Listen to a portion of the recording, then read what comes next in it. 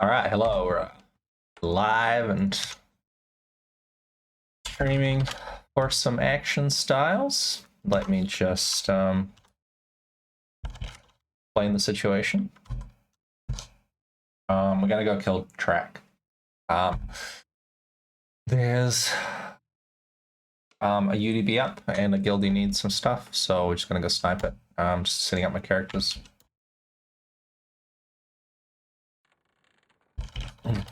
Just gotta do some pre-buffs and stuff. So hang tight.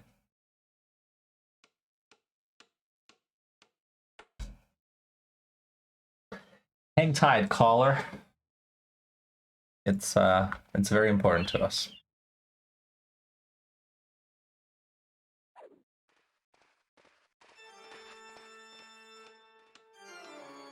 Okay. Get some royalty-free music. Hopefully no one's gonna copyright strike my classical music like it's been the case, which is highly annoying.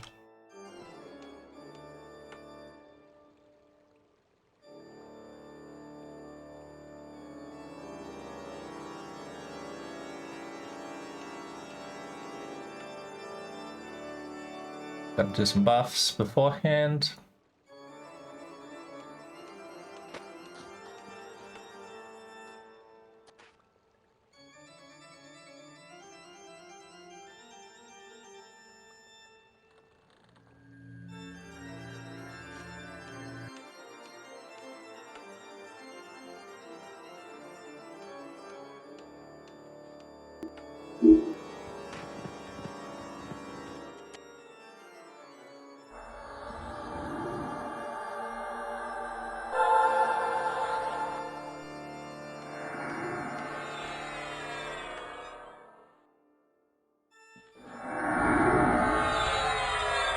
Oh, hi.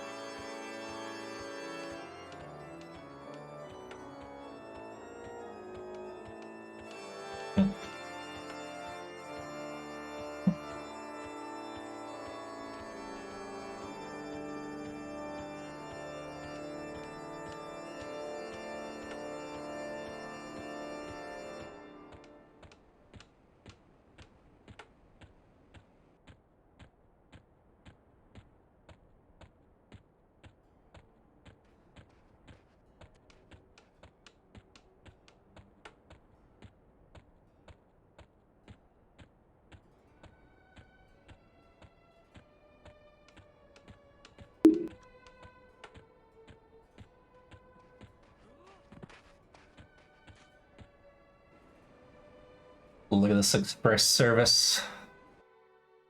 So good.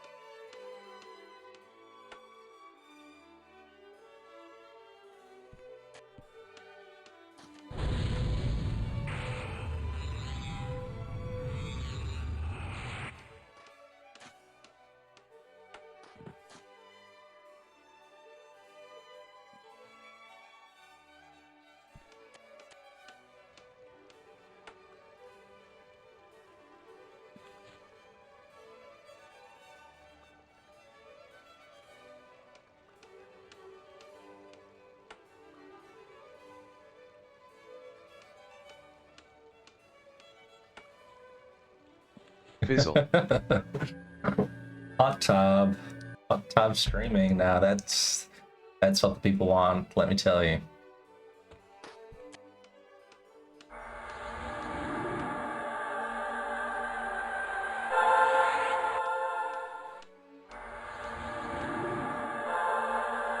Here comes the best bar. Hello from the Dark Bank. What up, buddy? So far away. Hope we get to meet sometime.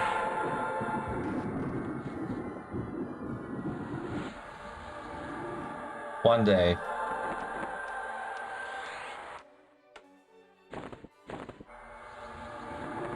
So since we're gonna go kill Track, what I'm thinking is I'll just do DMF really quickly.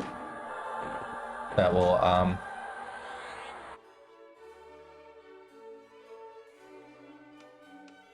that'll help with the poison dot, but might not be required, but you know, whatever. Maybe I like the levitate. Maybe it's a personal preference.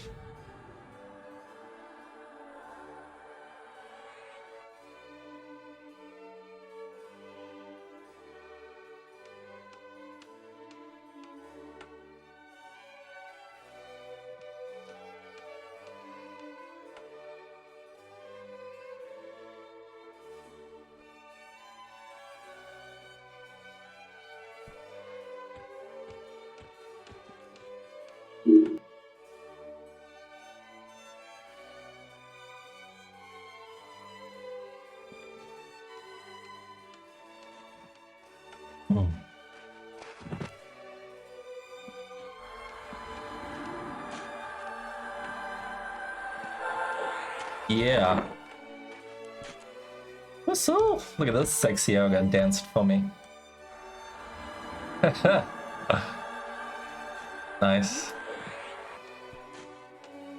This is what the ladies want. Some naked ogre hot tub time machine.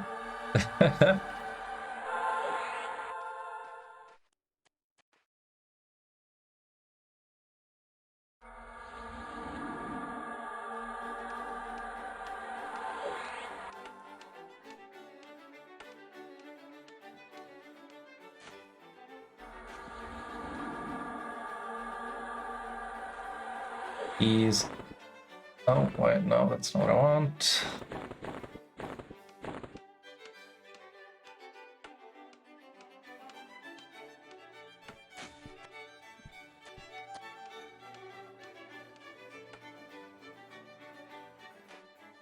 Tea and crumpets.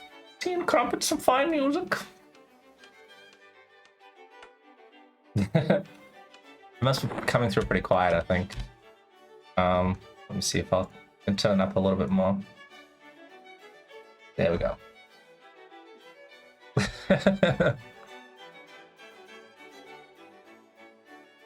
It's just reliving the classics, you know. I'd like to see Bach give me a copyright strike on Twitch. I'd like to see him rise from the dead and get his royalties.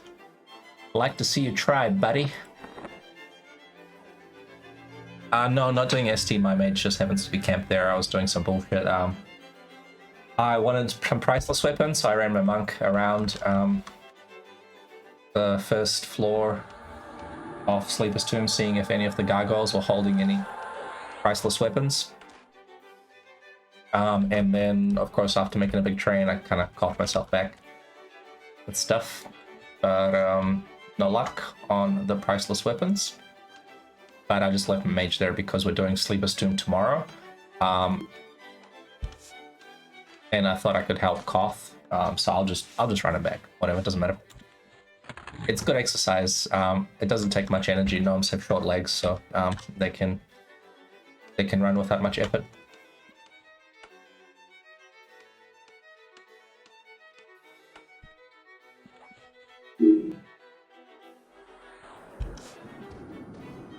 Cool. But what we're gonna do is a guildie needs Undead Bard. So we're trying to organize it, but it's turning to be too hard basket. They they need the kill, but they're not available, so we'll just go and kill it for him and multi-quest it.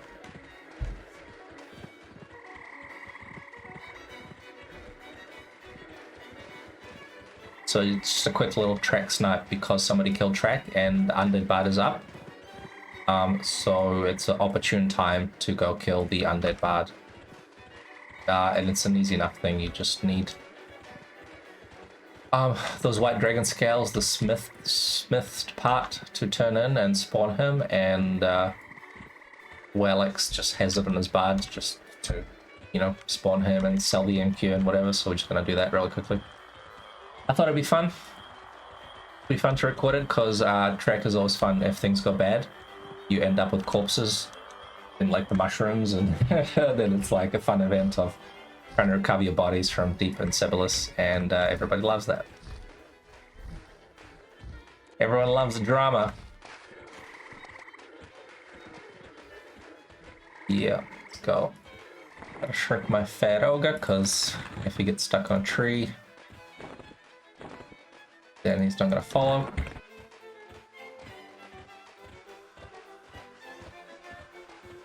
Oh. Whee! Have a DMF.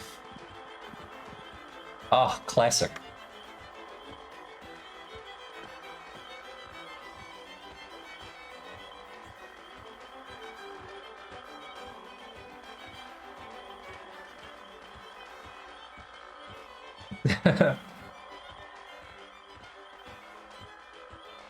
Why do you need to kill the Coessa?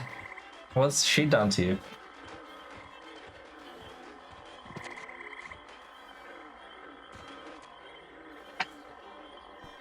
Ugh.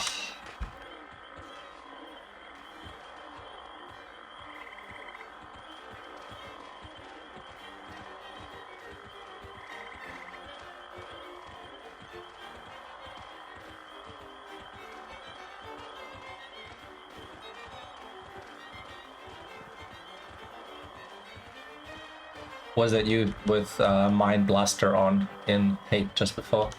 I saw someone keeping an eye on the spawns. You need to go to sleep, man. The spawns are happening, but you're feeling tired. You are needing to go to rest and not kill my Magi. You are tired.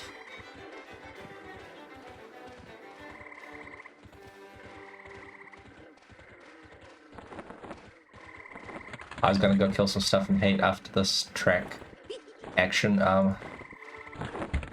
See how the spawns happen. I'm just basically waiting on the respawns and checking, see if Magi is up, because if you kill Magi, then another Magi can spawn and stuff. So could get lucky, could kill multiple things, but not if these temerity gnomes are messing your shit up. Damn this competition. Can't have the pixels all by myself. What's going on? I'm gonna complain to the devs.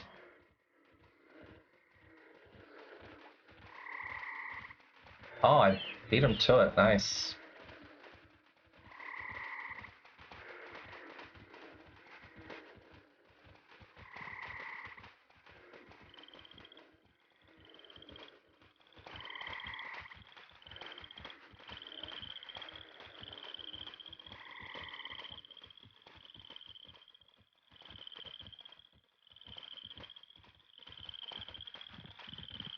Gonna look down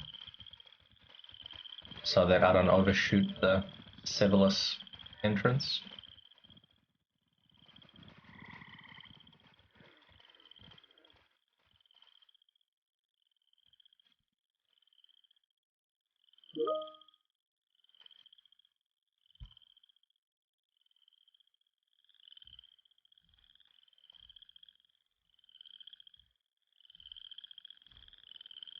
Oops.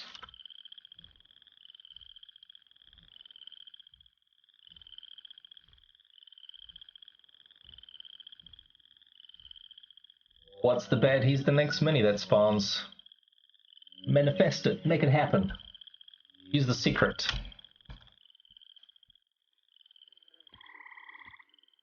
You can make it happen. Did you need the coercer for something?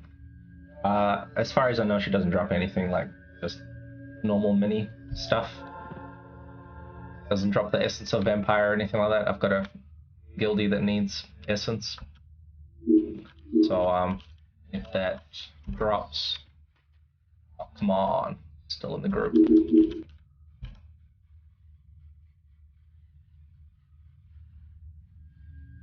If the essence drops, that'll be good.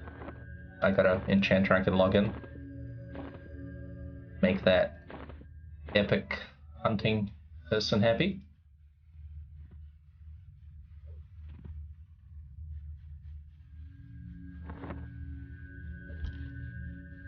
How many pills does he have? Okay, still good. Don't need to restock. Okay, pretty good.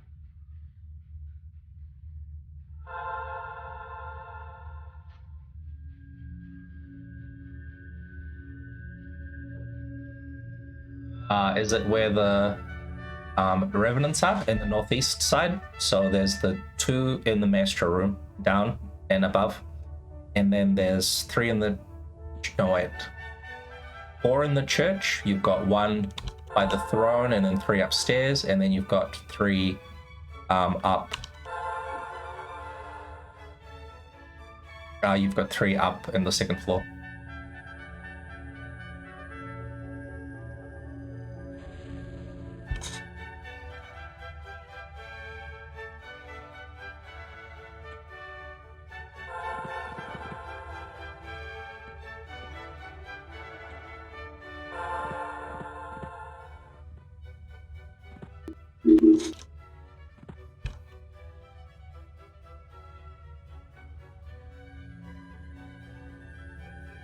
Yes. Do you know where the revenants are? If you go northeast, where all the Forsaken revenants spawn, there's a house where you go up the stairs. So it's pretty much diagonal as you look between the corner of where Maestro House is. The Deathroot Knight is like a little passageway you can go through. If you go straight there, there's like 3 houses.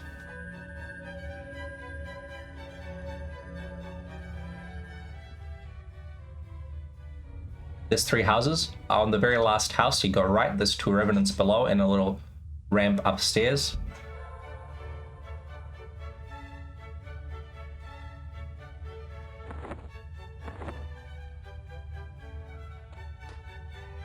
Yeah.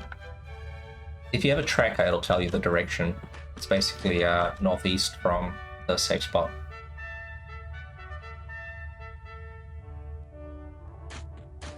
Where's the little guy?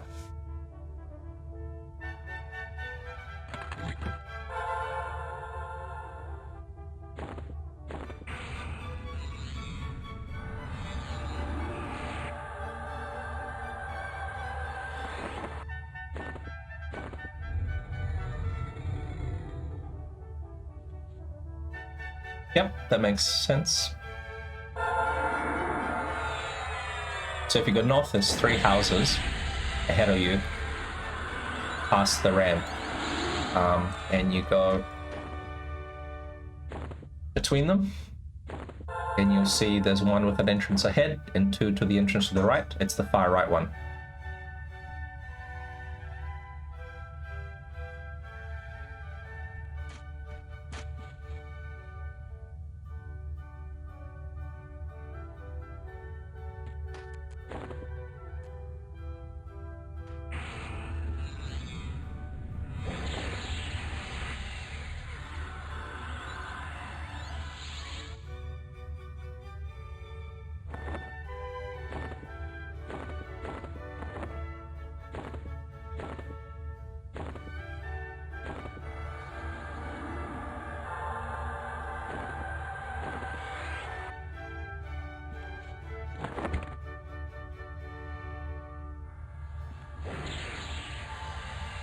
Doke. It's there with the stupid buffs.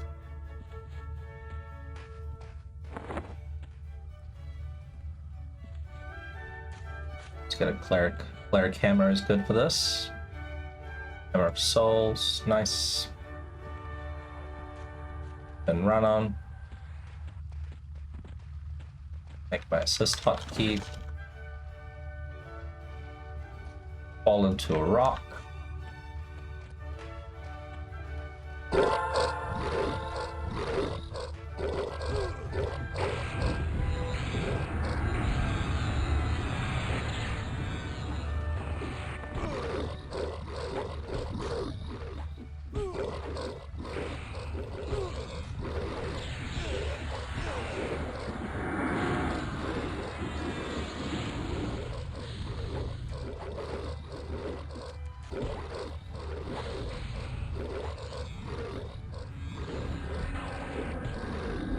Poor little gnome getting beat on. Did the jugs hurt you?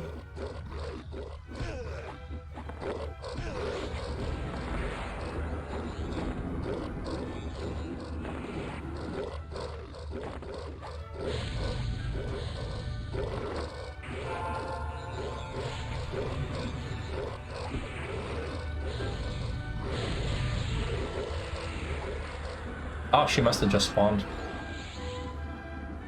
She must have spawned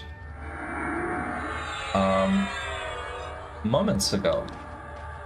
That's your next mini up then.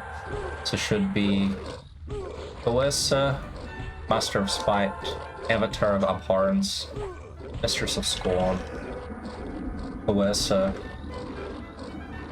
and that's it. That's all that's up at the moment. Then Coercer must be in the church area by the throne on the bottom floor. When you go through the clerics, there's like a throne. Yeah, Ashen Bow. They're all mostly spawning. Can't be much left. Sounds like maybe there's like six up or 7 up.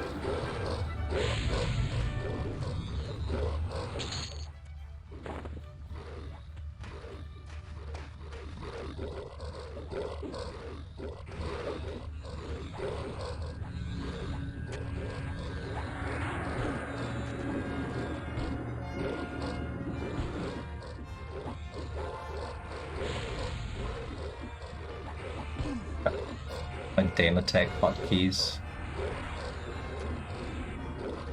Probably don't need that.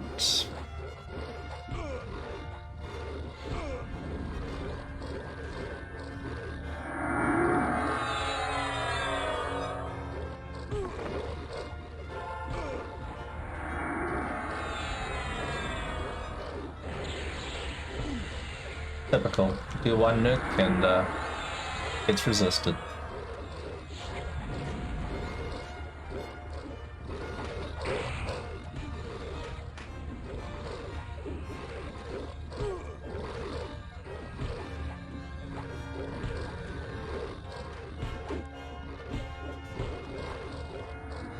Oh my god.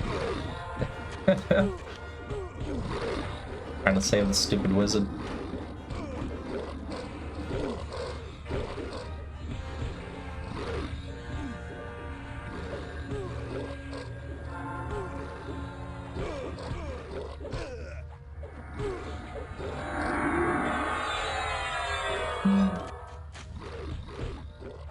We will love some summons.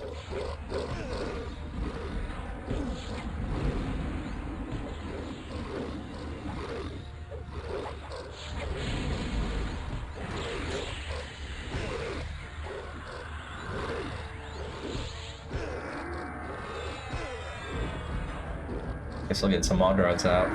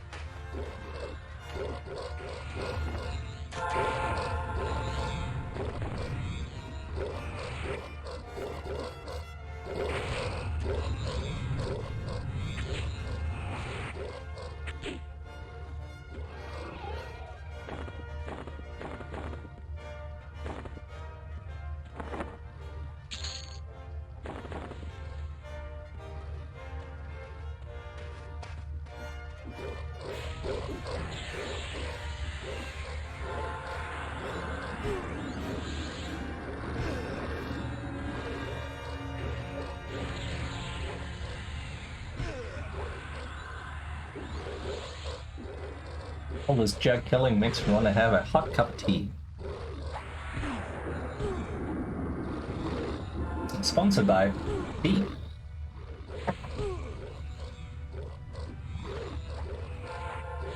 Stay hydrated, folks.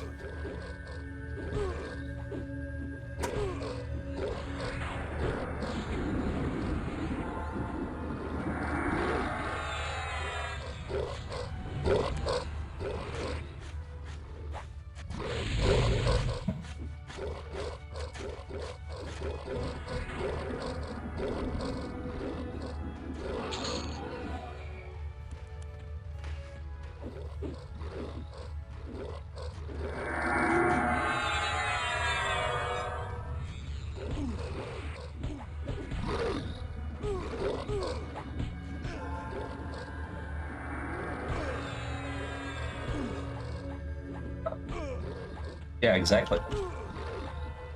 I'm just here for my Tolero. Huh?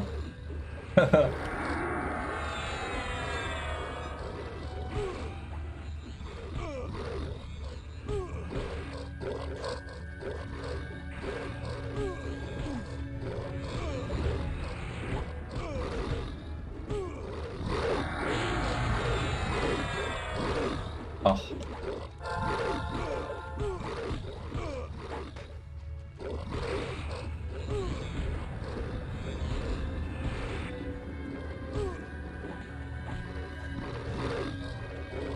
God damn these summoning bugs. Try every time. Okay. Get this one guy over here.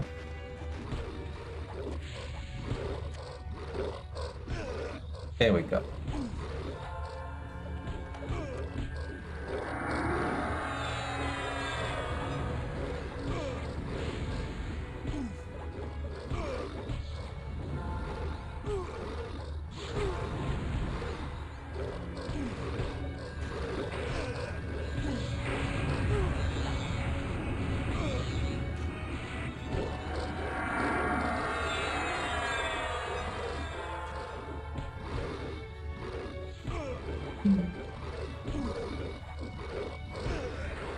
What buff can I click off for more damage shields?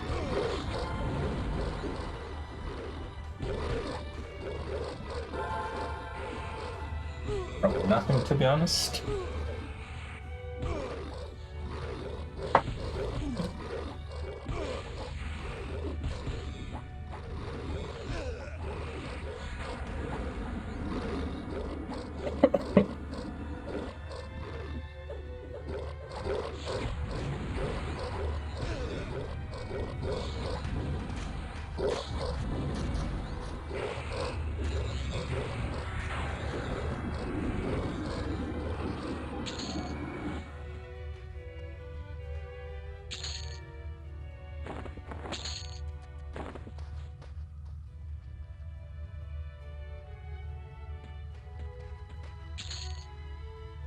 Ah.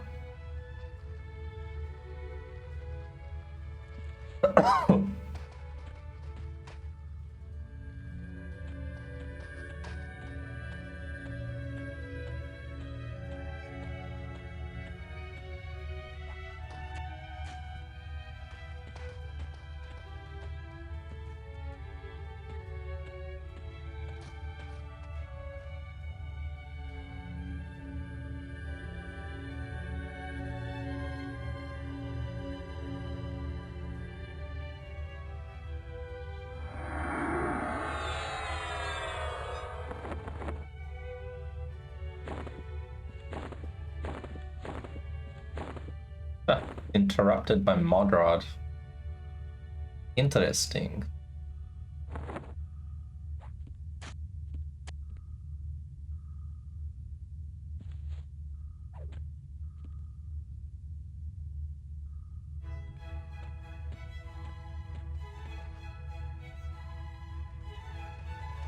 Huh.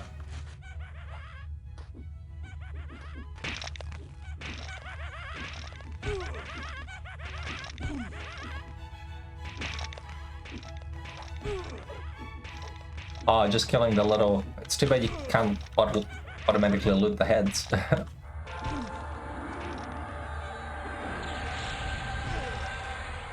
The heads are the good faction. Kromzek is easy, it's Cormac's faction that's hard. If you collect heads, you get ally with Kromzek after like, I don't know, like 100 heads. Pretty quick.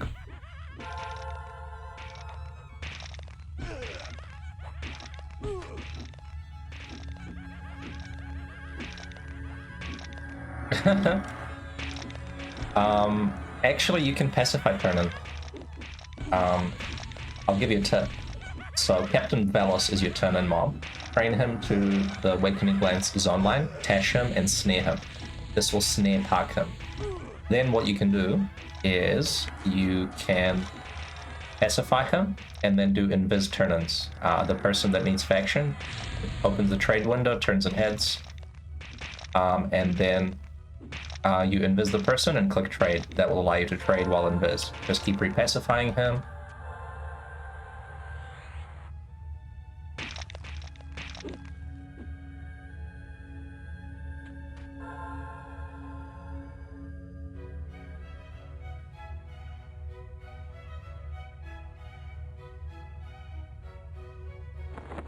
You just keep invising and pacifying him until you get to Dubious. Easy peasy.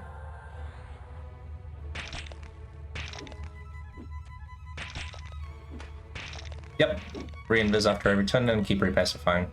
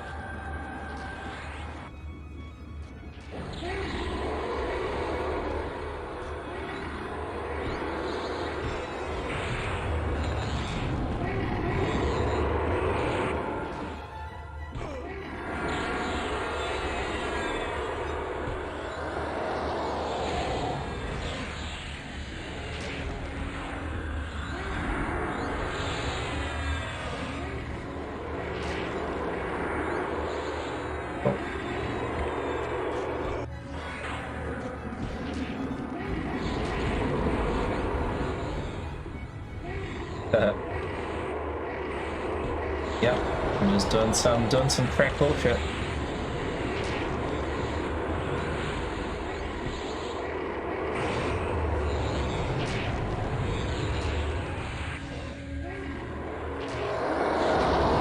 About to get touched.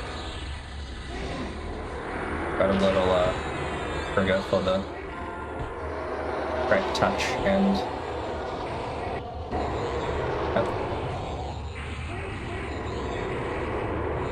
about to get touched.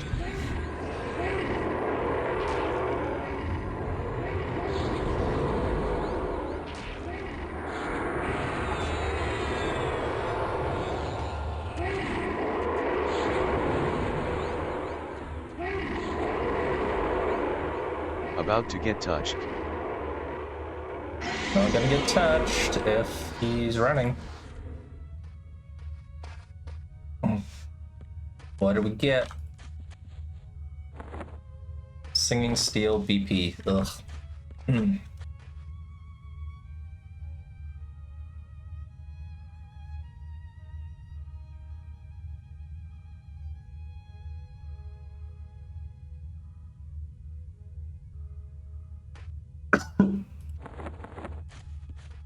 Cool. So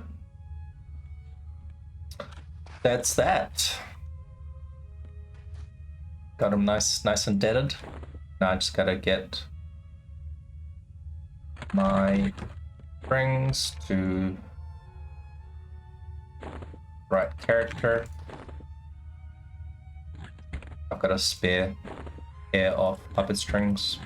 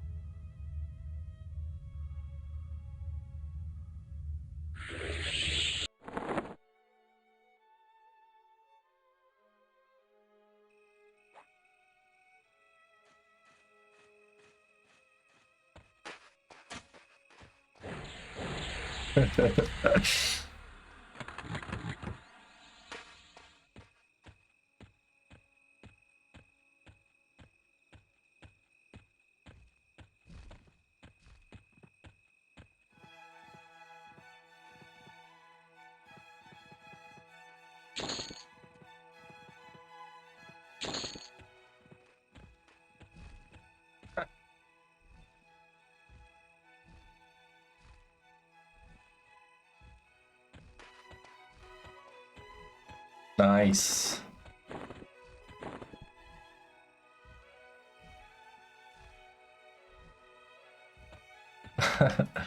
I'm teasing my friend, he doesn't have the guy's mask. He's tried many times during the anniversary events to get the guys, but unfortunately it has not worked. So every opportunity I can, I tease him over the fact that he doesn't have the guys.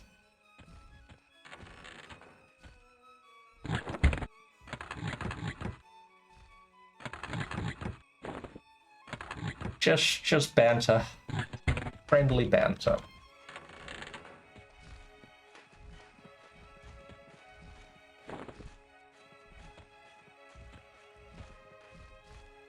Ah.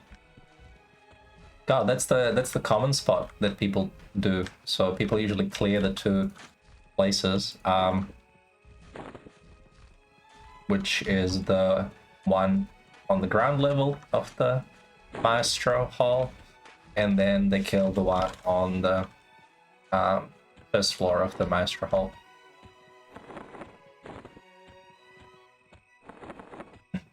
Yeah, you might not have seen it because people usually hunt the two spots. So like if a full spawn is up, people kill those two places because they're the easiest to get to. They just, you know, kill the two spawns without having to clear very much, and then they move on to other things.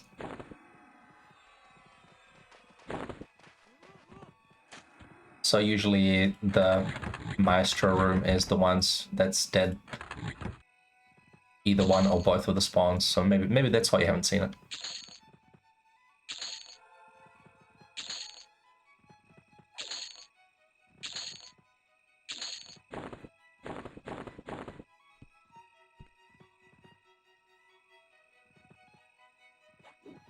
Feeling lucky. Is Mage still not out? Are you gonna stay? Are you gonna keep playing, or are you gonna go to sleep? If you're gonna go to sleep, I'll come and kill some stuff.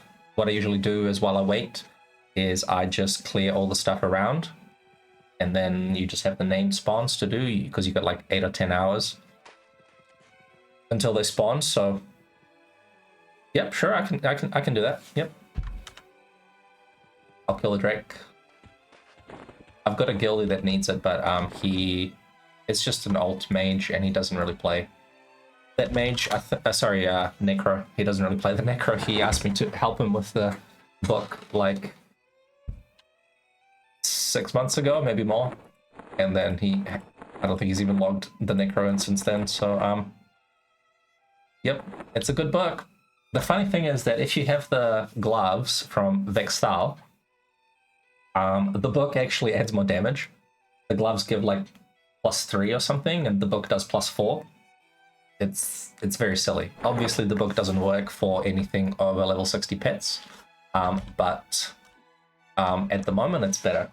So if you use Emissary of Thule, which I assume you will, the book is actually better than the gloves.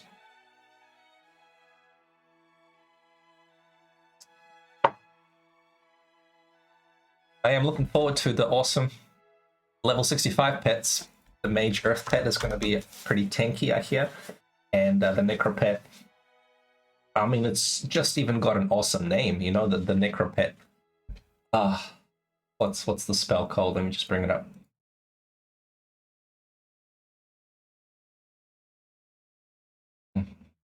Child of Bertox.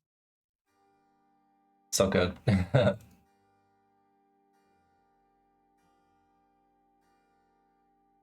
Do you get any pets between level 59 and Oh, you get Saren's Companion, that's right. And Legacy of Zek. Yeah, you do, you get 3 pets. Child of Birdie. Too bad he doesn't, like, shoot out disease. Like, some plague stuff. Just, like, coughs on people. Okay, I'm logging in now. Do you know where the spawn is for the Ashenbone Broodmaster?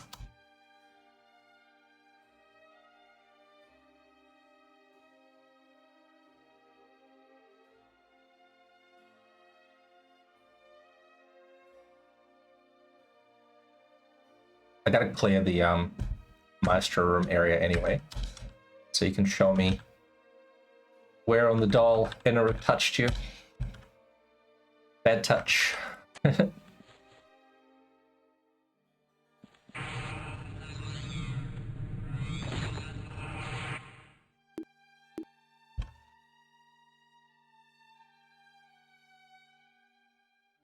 Okay, cool. Easy peasy.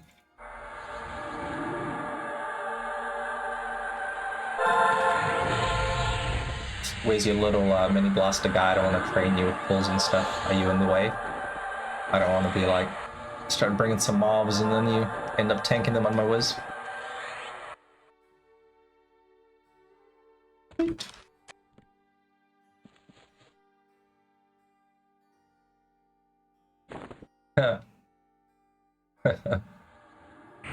I'm just here trying to make some num kebabs.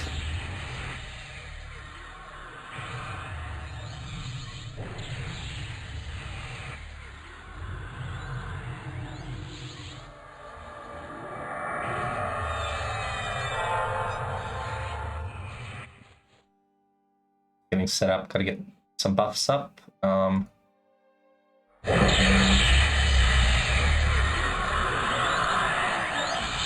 Oh, that's such a loud spell. Very obnoxious.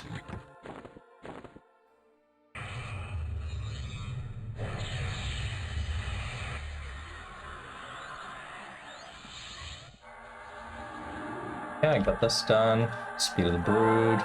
It's mostly just junk buffs, because these things like to dispel, and it's super annoying. I might redo resist magic, so it's not in the first slot. Do this, and then this.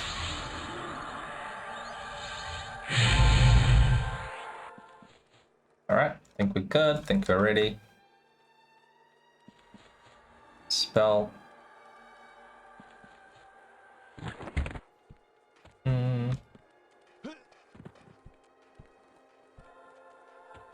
I'll give this guy a try, actually. Fizzle. Someone recommended the Spectre Pet. Might give it a try.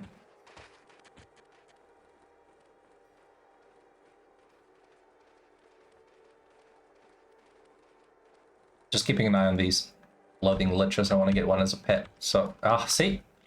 I blinked and I missed it. This guy, this should work. This should work. I'm really quick. This should work. Yeah, there we go.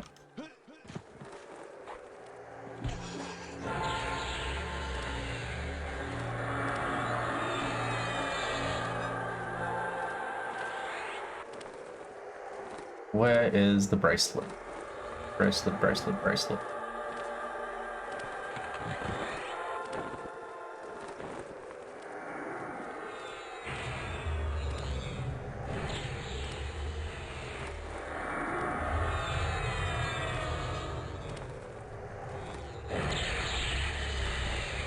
Gotta get you a little jungle spider cap or maybe a Harla Dart talisman. We'll go, we can go on a little expedition.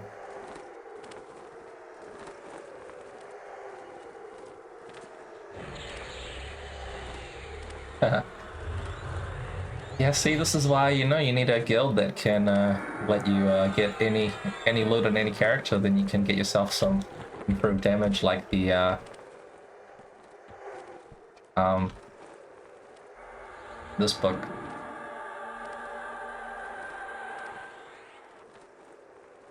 The good book.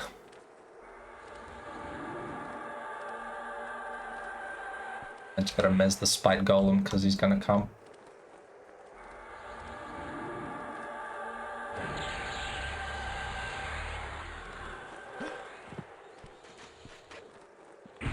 Oh yeah, nice. Good on you. Good on you, Loathing Lich. Please buff yourself in the middle of the pull. That's exactly what we want.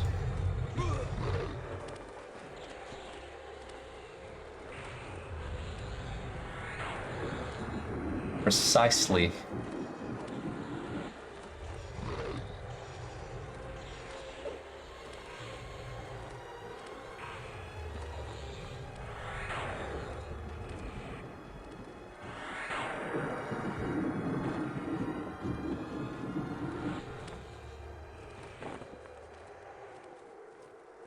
Oh. Just give it wrong weapons. Oh well. I might swap my pet out anyway. I don't like the caster pets. Someone said they're good because they proc stun, but I don't like the fact that they stop and rebuff themselves because it's a wizard. Fizzle. So every time it takes damage, it's gonna stop and cast the like spell shield equivalent, like mana sink or something, which is super annoying.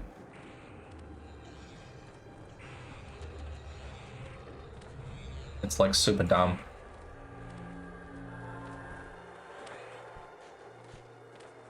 Yeah, see? Loathing Lich's skin sparkles like a diamond and just keeps casting that over and over. And you're trying to tell it to go and, you know, do your bidding. Trying to tell it to fight in the name of all things good. And instead it's like, oh, I have to get my buff. I have to get my 300 damage shield absorb. Yeah, so if I get a Avatar of Abhorrence, which is the rogue mob, I'll swap it out. Woo, that's spicy. Look at these monsters.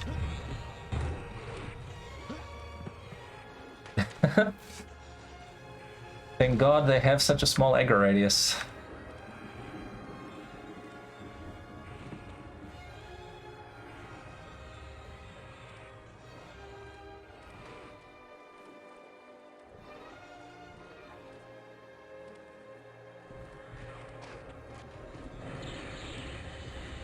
Okay, Scorn Banshee, that will help. That means the Spike Golem will not run. That's good.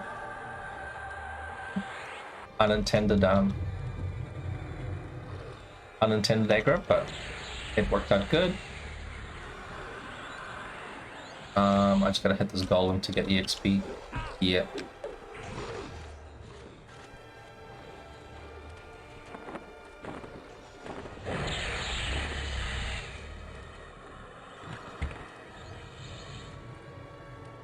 Okay, we'll just dispel this Banshee. Oh.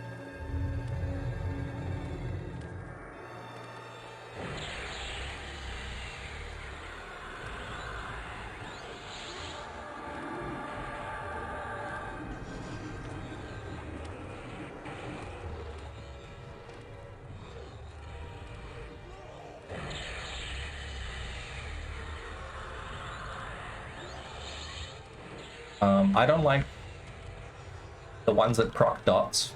So rats proc a poison dot, which messes with your mezzes.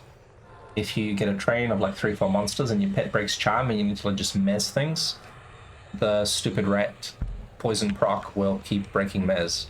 Same with the disease proc on the monks, even though it's like 1 damage or whatever. That slow disease proc that lasts 3 years. Yeah. I mean, I don't train myself intentionally either. just don't suck, bro. Pull into play. Yeah, sometimes you're trying to pull and you know it's gonna be a 2-3 monster pull, and then like some Roma comes or it like hugs a wall and then you end up getting 5 mobs, and it's easy enough to mez these mobs. Especially if you have like good magic resist so that they don't mess you or root you or charm you or something like that. But it does mean that if you're trying to mess things and the stupid poison dot is breaking it. Oops. Look at this lich on lich violence.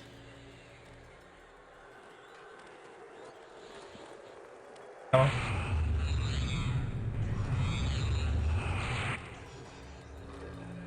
It does kind of make me feel like a necro though. I've got a necro pet.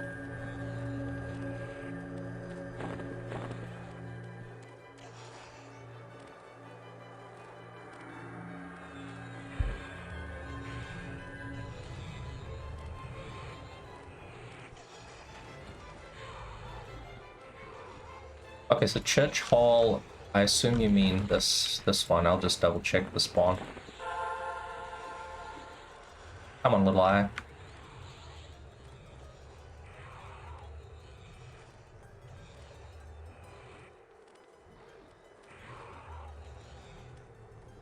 Yep, here we go. There she is. Okay, we'll just clear towards there.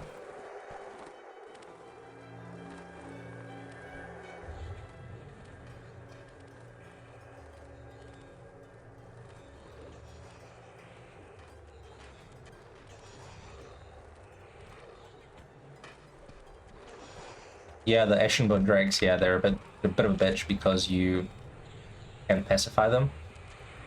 So you gotta like pull them or something. But yeah, as you say, it's a roamer, so you can wait for it to path away and get it.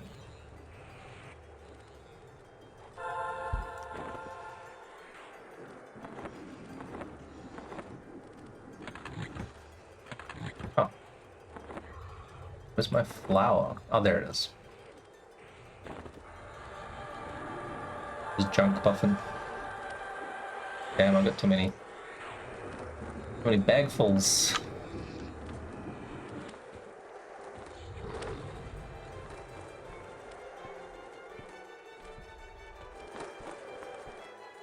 Well, the pet is behaving nicely, actually. I just gotta get this one Roma that's here on the hallway. Pet 2 incoming.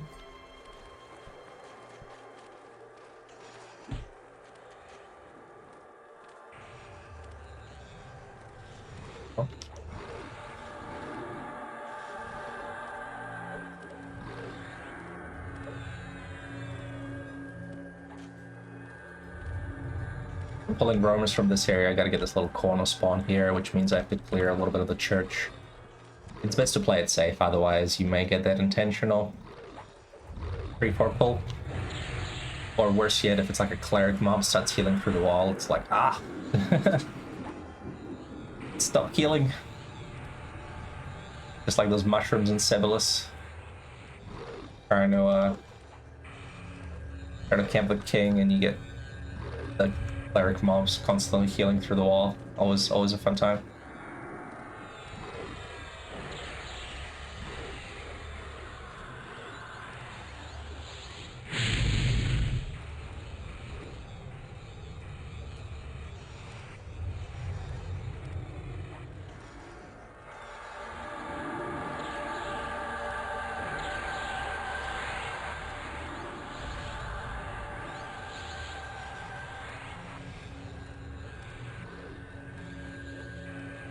The Lich Pet is behaving quite nicely. Maybe they don't break charm as much as I thought they might.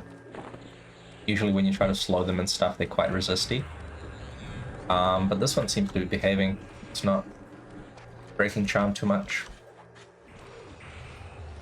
Maybe it's not too bad. I'll just get this spawn. Try not to aggro the stupid chest. Oh.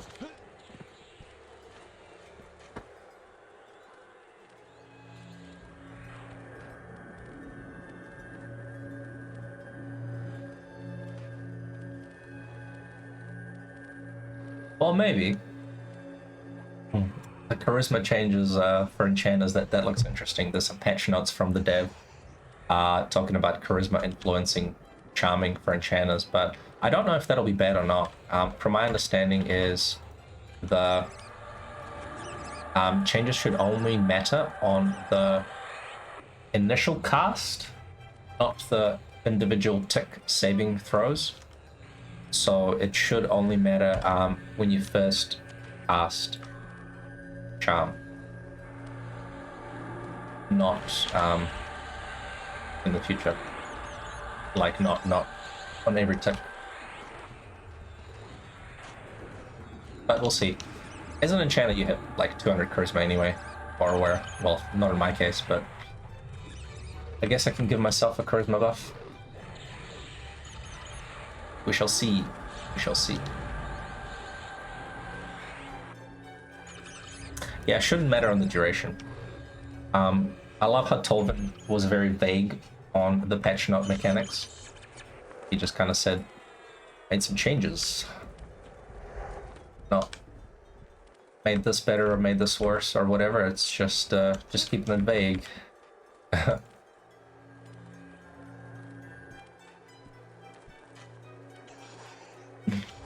Which is how the devs back in the day would give you patch notes. They wouldn't tell you what they did. They just said made changes, and then it was up to you to figure it out.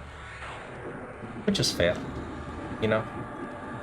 You gotta have some element of mystery. If I was honest. Oh no, dog just kicked over a lamp.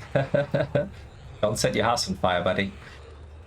If I was honest, I think the devs here on the server are perhaps a bit too forthcoming with information and spells and game mechanics. Like, they give us exact formulas and like formulas for trade skills. They give us formulas for offensive, defensive things, for things like how Bard Song fizzles work. It's nice to know, but it's probably too much information. You know, like a player shouldn't know that. That's just my opinion. It's nice that you get the secret sauce, but it's giving you the internal mechanics, which is more information than we were meant to know.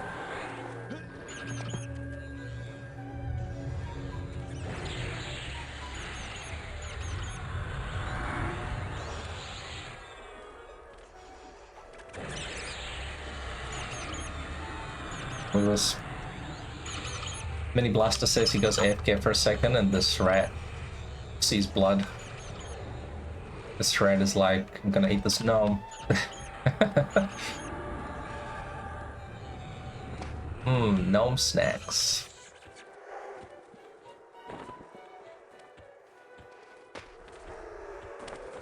Okay, get this cleric, and then we should be good on the immediate area, and then I gotta find a way to get a better pet.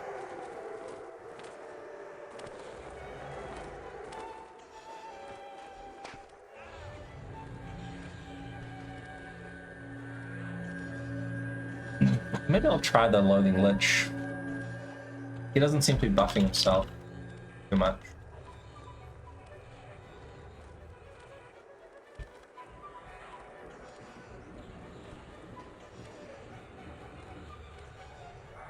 I thought he would be a lot more annoying with the self buff, but he doesn't seem to be testing it too much. So what I might do is I might swap the pet out.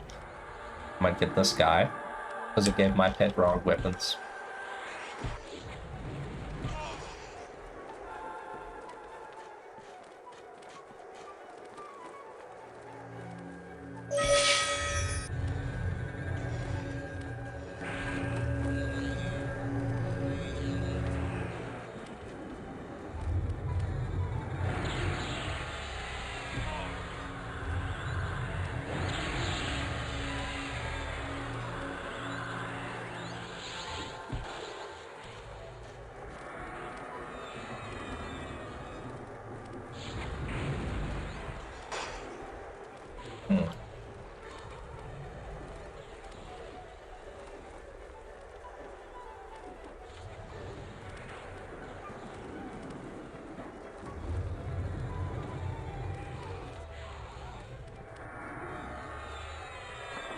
Okay, I'll give these weapons. I wanted to give it a stun weapons.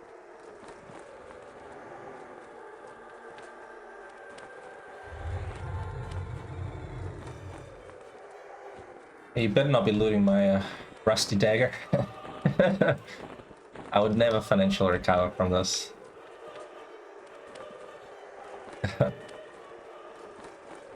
Okay, let's see how the spawns are in the house.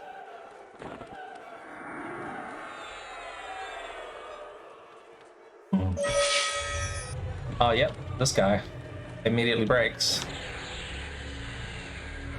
How dare you?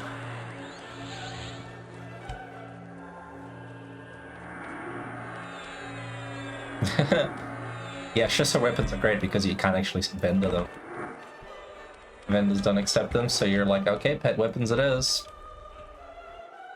Okay, that's safe. Now we can clear towards the house. Just chill here. I need to go pull some more roaming mobs. Hug the wall. Pull some crap.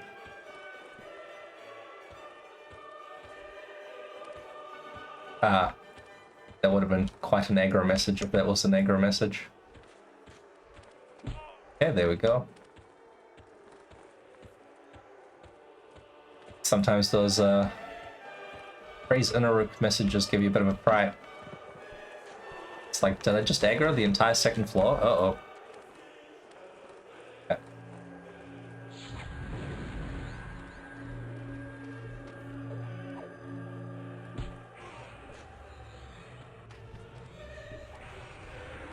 Yeah, exactly. You're like, oh shit, did I just... Oh wait, no. They're just hailing their god. It's fine.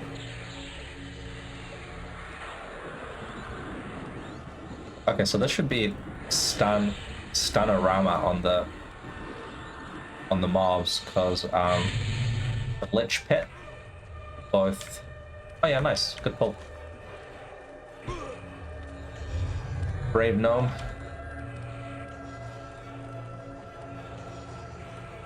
So the Lich Pit both procs stun normally through the Spectre Stun or whatever it's called, the spell. Plus I gave it to stun weapons, so it should just like proc non-stop. And then in combination with that, of course, I've also got the Mage Epic Pet, which procs stun all the time.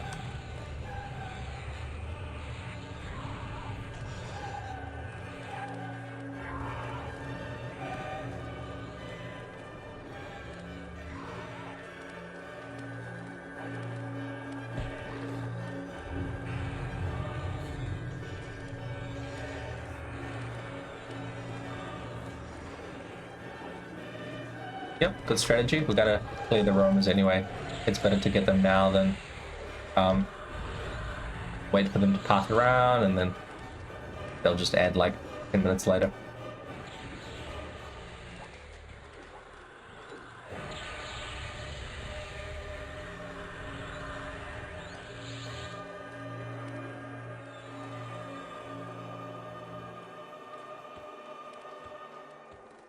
Okay, we can move. Going to get this cleric looted up.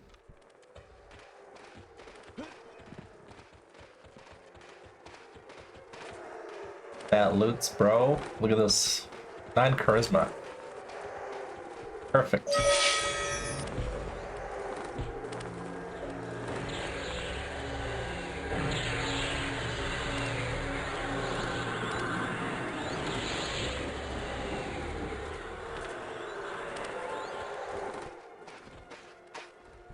Huh.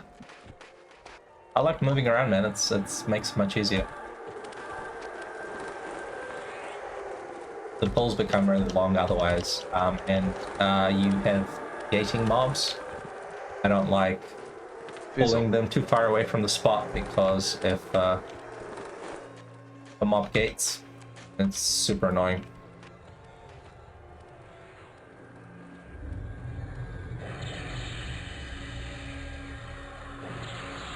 Plus, this way you get to experience more of the zone, you know? You get to do the scenic route. And show people, you know, this is the church, this is the staple. This is where the rats hang out.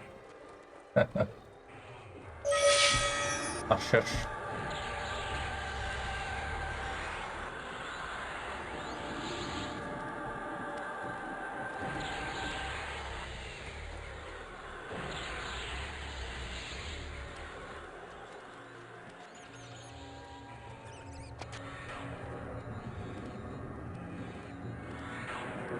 I might get a horse up over here. Just to get some mana back. Maybe I'll paranoidly buff my charisma to make charm last longer. I know it's a complete placebo effect and that's not how the mechanic works. But, you know. You know.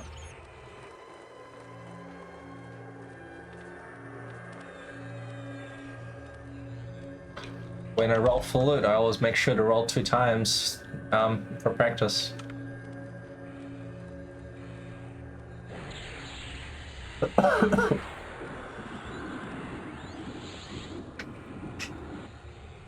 Hey Ziff, how you doing, buddy? Welcome back. We're just killing some Plane of Hate minis. There's a Ashenbone Drake that's up, and we've got a baby Necromancer that needs it, so gonna do some kills.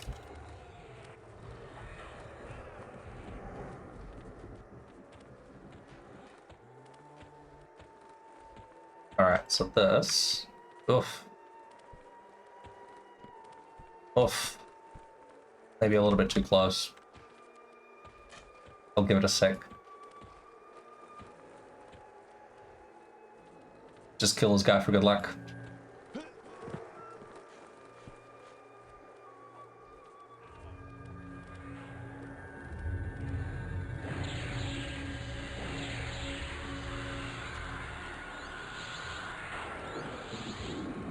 Oh, what buffs am I missing here? Did I lose something?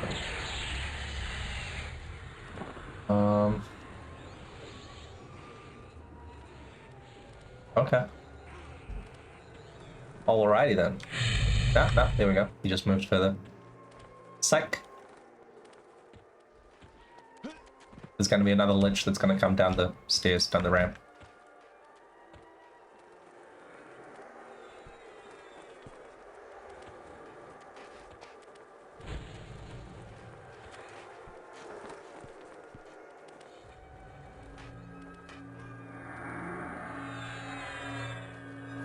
Nope, maybe that was just my pet aggroing. Okay.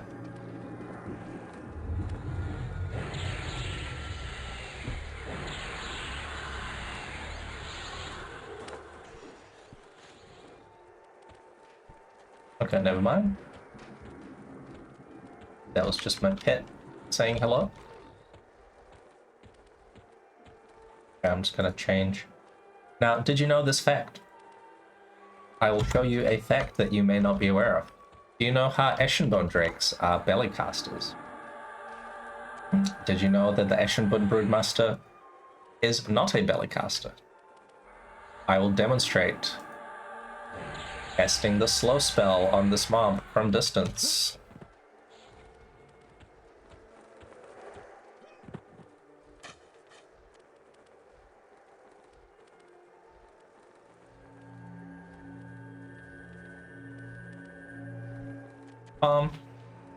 Oh. Observe. I am out of rampage range. I am going to slow the Ashenbone Broodmaster. When I don't get resisted. There we go. He has been slowed. Not a bellycaster.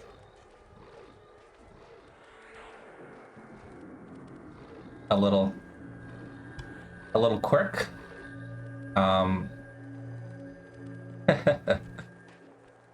Yeah, I don't know if that is by design or maybe the devs missed the flag because they just blanket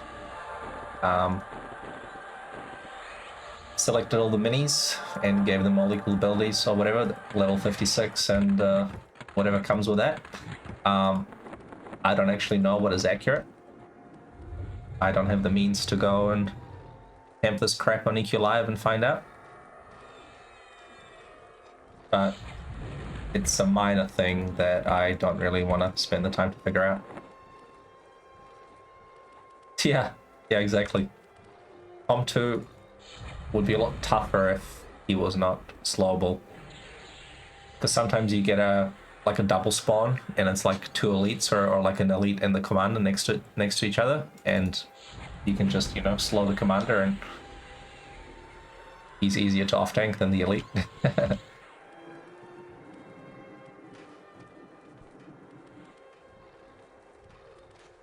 Alright, good luck, buddy. Thoughts and prayers. We can con the corpse and see if it's a 30-second corpse. Oh, in 29 minutes. What's it gonna be? Hey, we did it. Nice. Awesome. It's pretty rare. Where's your necro? Is he close by? Nice, man. Nice. This is good. I love it.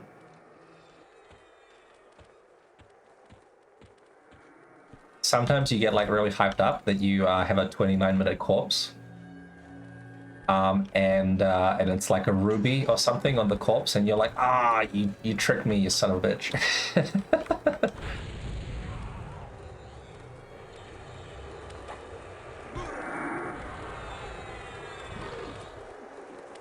Yeah, I know, man. I'm estimating that it's about a 10% drop rate. First try. He might have tried more than once.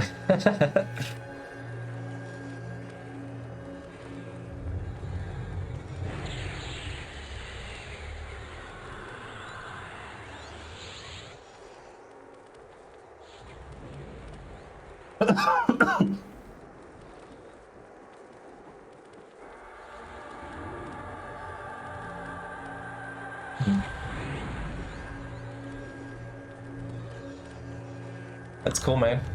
It's a good perk.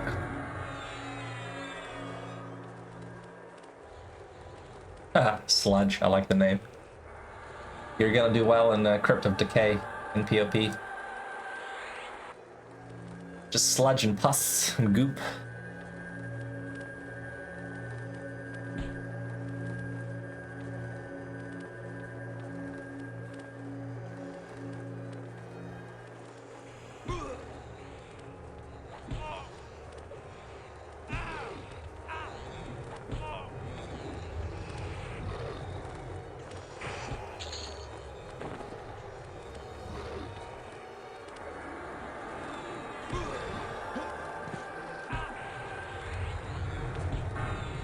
If there's any ads between the sucker spot and here, just bring them. Might be like a roamer or two or something.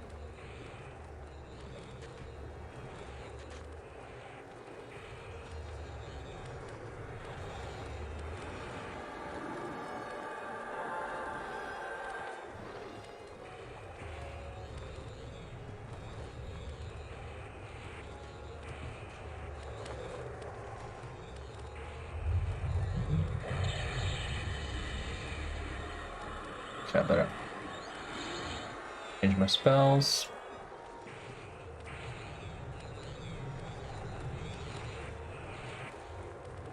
Nice.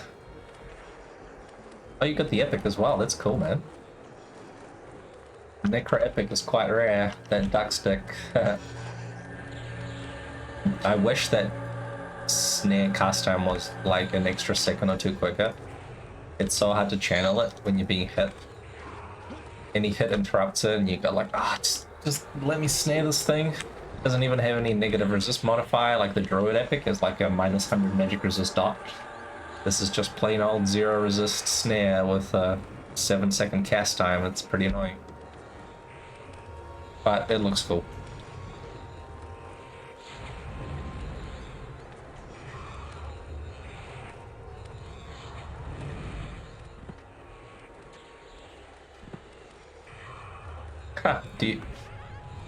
What level are you? Ah.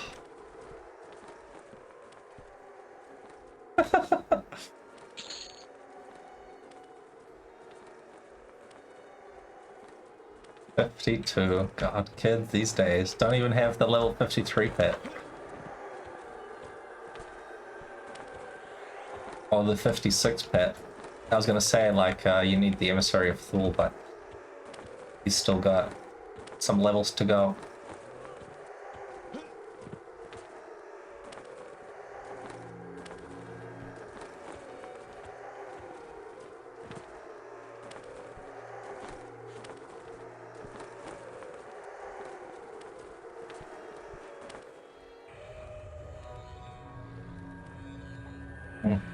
Now, I hate to disappoint that even though it seems like it would be good EXP, the EXP here is terrible. I had a couple of lobby characters that I was leeching with. And after like a couple of hours of killing, I think I got like 20% EXP, which for killing even or yellow con mobs seems not good, but it is what it is. I think the zone experience modifier in Plane of Hate is just terrible. Not noble. Short noble plate mail greaves, oh my god.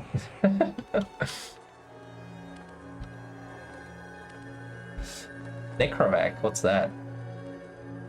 Like sacrifice? Or some kind of egress wizardry? Levant wizardry?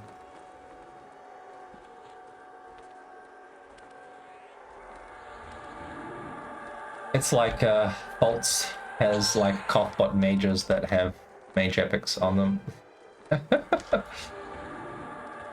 Ah, necrovacking, yeah, cool. That's what I thought. Didn't realize it had a all-in-one name. Necrovac. It's like the those like fire emergency exit chairs, the evacu chair. And it's got the diagram of a guy like pushing a chair down some stairs, and you're like, oh, that looks fun.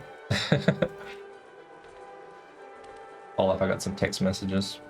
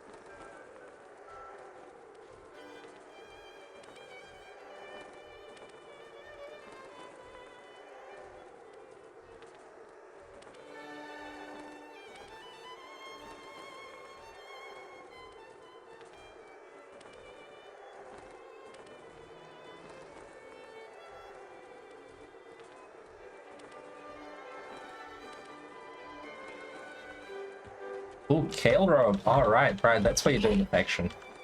Makes sense. That robe is great because it's clickable at level 1. It's so ridiculous. It's so dumb.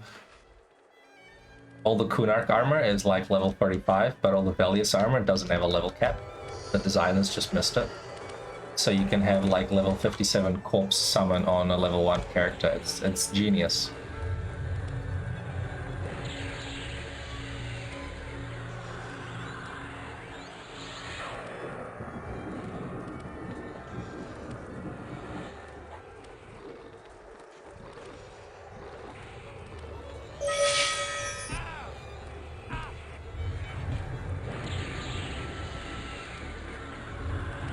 I'm glad somebody takes that armor. We always have stuff rot. Or like somebody takes it and they're like, oh, I thought it was Skytrine faction. We're like, no, no, dude. It's Kale and good luck.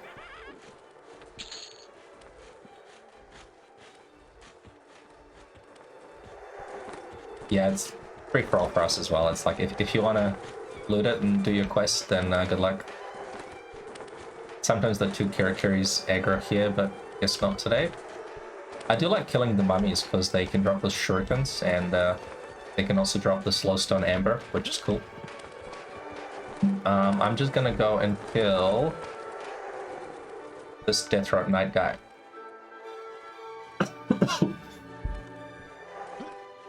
Because he sucks.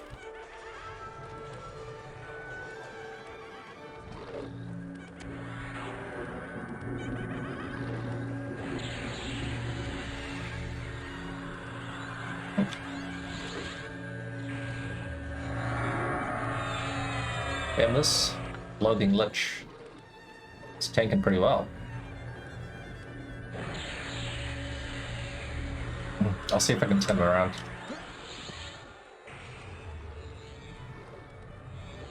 Yeah, see how he stops and buffs? It's so annoying. The Ire Ghasts do it as well. They got some Shadow Knight self buff, so you tell them to stop attacking and then they just immediately cast their little shielding thing. Silly things.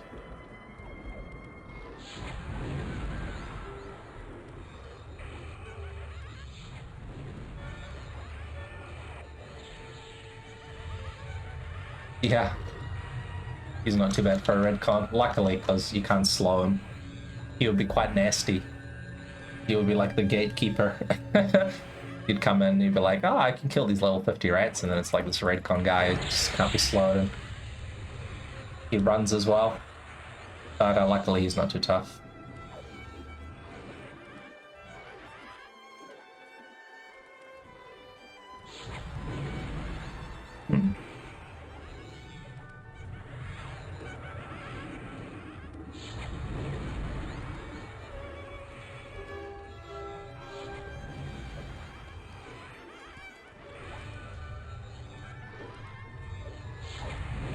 What is up with those, indeed?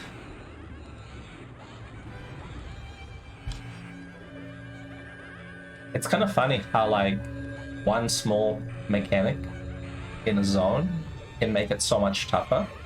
Like, for example, if you had more monsters that were like Spite Golem, you know, that ran while soured. I mean, you can dispel it, of course, but that ran that can't be snared.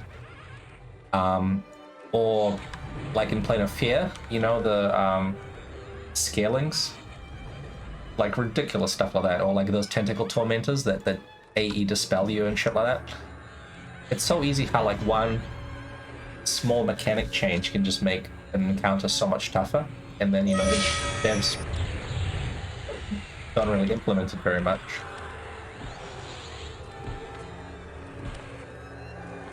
But they could, you know, just simply throw a few mobs like that in a zone and just like make it so much tougher. Like, for example, in Chardok, you know, if you made some mobs not stunnable, so on P99 they had a big problem of people just AE pulling entire Chardok and just getting mad EXP because everything, like, there was no proper leash mechanic in the zone, and everything was stunnable. So people would just pull the entire zone and just power levels. They would like sell power level slots. You know, people that would just completely dominate the entire zone, and you'd be like, you want to slot in the AE group, it's like 1k an hour or 2k an hour or whatever. And what they had to do is they had to implement PBAE limits on P99, like your 2000 plat per pull. Ha, that's funny. Nice, yeah. 2000 plat per pull, holy shit. I just had someone send me a tell. 2000, it was 2000 plat per pull for a spot in the Chardok EXP groups. That's insane. So in P99 they made stun spells not hit any more than like 30 targets or 20 targets, so it was like an artificial cap on PBAE spells, and that was a way they would mitigate it. But an alternate thing would be just, you know, have a monster that can be level 56 or something like that, like randomly. So you would have a mob in the group that can't be stunned. This is the case in Akiva Ruins in Luckland. It's a good zone that has lots of trap mobs, and you get like massive trains because there's lots of mobs, and you like spawn mind worms and a bunch of rockmen and rogues and stuff.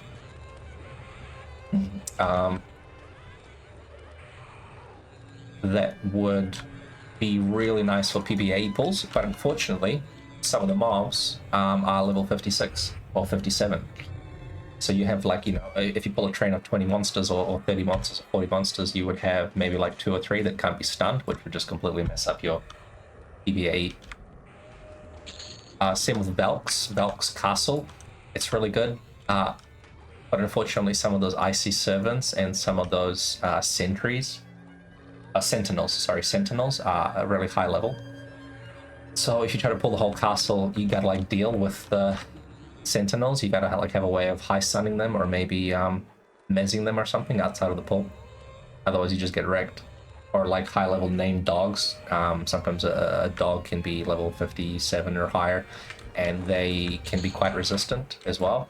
They'll summon and do all sorts of bullshit. Alright, see you later.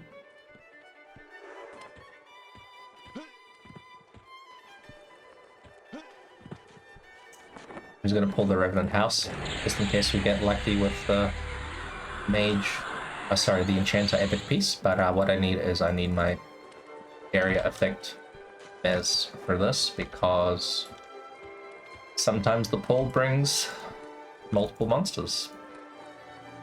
I'll just pull this little roaming dude. But he's fast.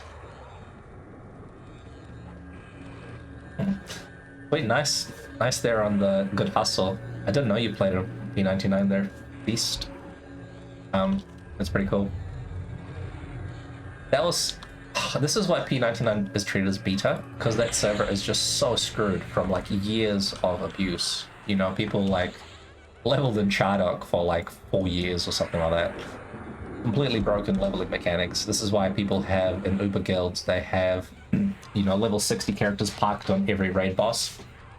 So when people had to race for content. Yeah, exactly. That's so everyone that knew about the Chardok AoE and lived there for years, they all got all these level 60 characters that is parked on every single spawn in ToE. So when the bat phone rings, they just like log in character number 5. You know, they're like, it's ready to go. It's fully buffed and ready, sitting at the spawn. And then like, you know, the bat phone goes for, I don't know, fucking Plane of Fear, and they just log in their Plane of Fear character. And yeah, all the Ubers just had fully stacked level 60s. Just loving it. Yeah, EXP is total garbage, man, I told you. It's like, why is it so bad? Why is it shouldn't it be like the planes? Shouldn't the planes have... I think this is what I need the AEMS for, but I single mess these guys anyway. Shouldn't the planes have a big bonus, right? Like, wouldn't that make sense?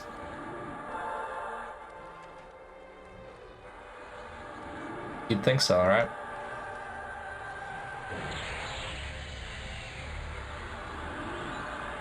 Yeah. People actually do EXP in Mischief. I don't know. I don't think it's got any different zone experience modifier than Plane of Hate or Plane of Fear. I think it just has higher level mobs. Because those puppets, they're all level 55, so people go quite hard on those.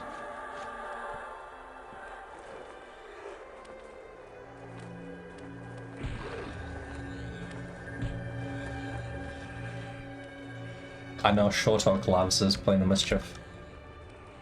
And we had a few guildies that level up there as well.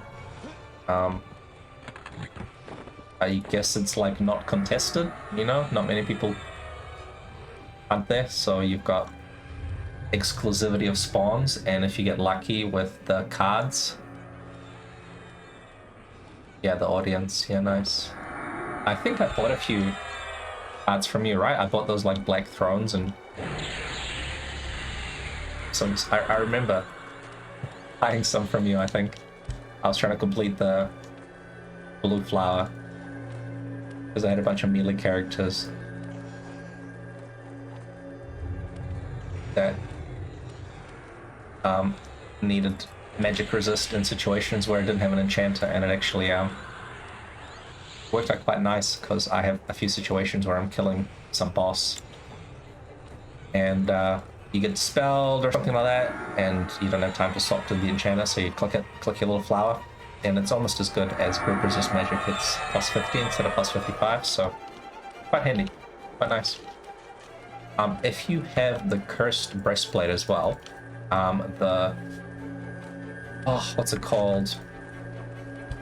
Heart of the Void buff. The one that gives you hit points and doesn't stack with focus. It's actually a good buff because it's got 40 magic resist and 40 cold resist, I think. So in some fights where I need more MR, I will actually sacrifice hit points from focus for the Heart of the Void buff, and then along with the flower you can get plus 90 magic resist on the self buff, which is pretty cool. 50 from the flower and 40 from the breastplate, which is really, really nice. I mean, in a situation where you're just tree boxing something with no enchanter and something dispels you and you need to get that MR back, being able to self buff 90 magic resist is just amazing. So here I am trying to wall hug and wall pull these revenants. They're all over these houses, up, below, and above. So sometimes you get one. Oh, great. What buffs did I lose? See these stupid ass enchanter mobs.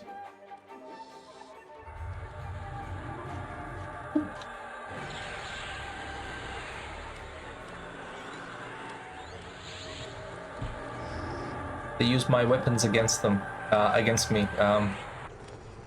Here I am dispelling everything. Fizzle. And they go and dispel me as well, so I lost charisma and Blessing of Fate. Okay.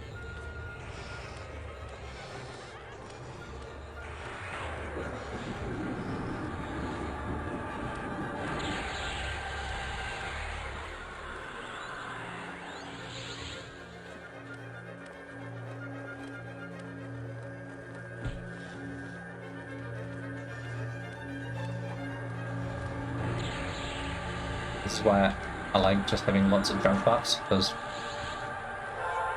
when they dispel you, you don't want to lose Agalism. Or, you know, your KI or good buffs or whatever. Oh, actually, speaking of KI, looks like I lost KI.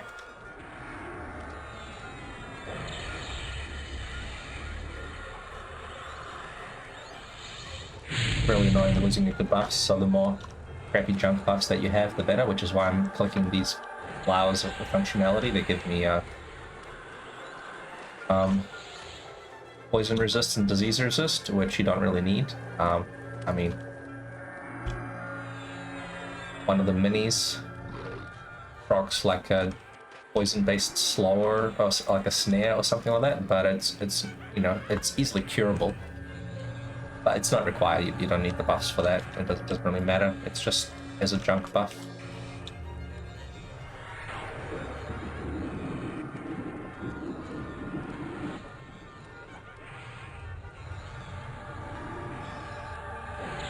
I memorized KI, but I didn't cast it.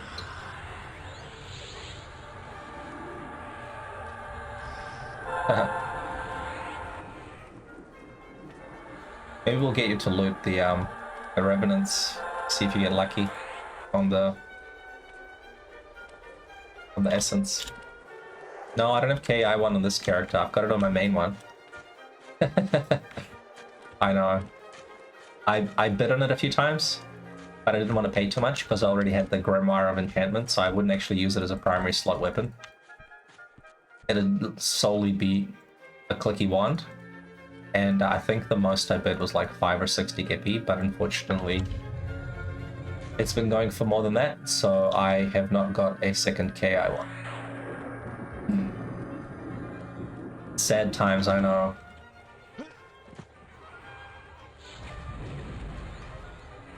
I'll keep bidding on it, but I have a feeling that with Planes of Power coming out and X-Style not being as high priority anymore, because I think with POP, I don't know if we'll kill in BT as much. Hopefully we do. And with Imperium coming on board in BT, it's going to be more guilds rotating the content. so I don't like my chances of getting it for cheap, but I also don't want to pay too much, so it is what it is. Gonna refresh. Charm. Even my alt enchanter has one. Yeah, well, you guys did like 10 more VT clears than us, 20 more VT kills than us. Yeah, you guys, I saw you guys place your Koth Mage in at Blob 1 today. That was actually very exciting. You guys almost wiped. I was looking at the situation and I was like, oh, this is not good. This is not good. They're in the middle of a whole bunch of spawns and they got respawns behind them and you just pulled 5 mobs, but you guys managed to salvage it, so well done on that. I was watching with bated breath. You guys had really low numbers. You had like, what, 35 people there or something? This was early in the day. This was about... I want to say 8 hours ago.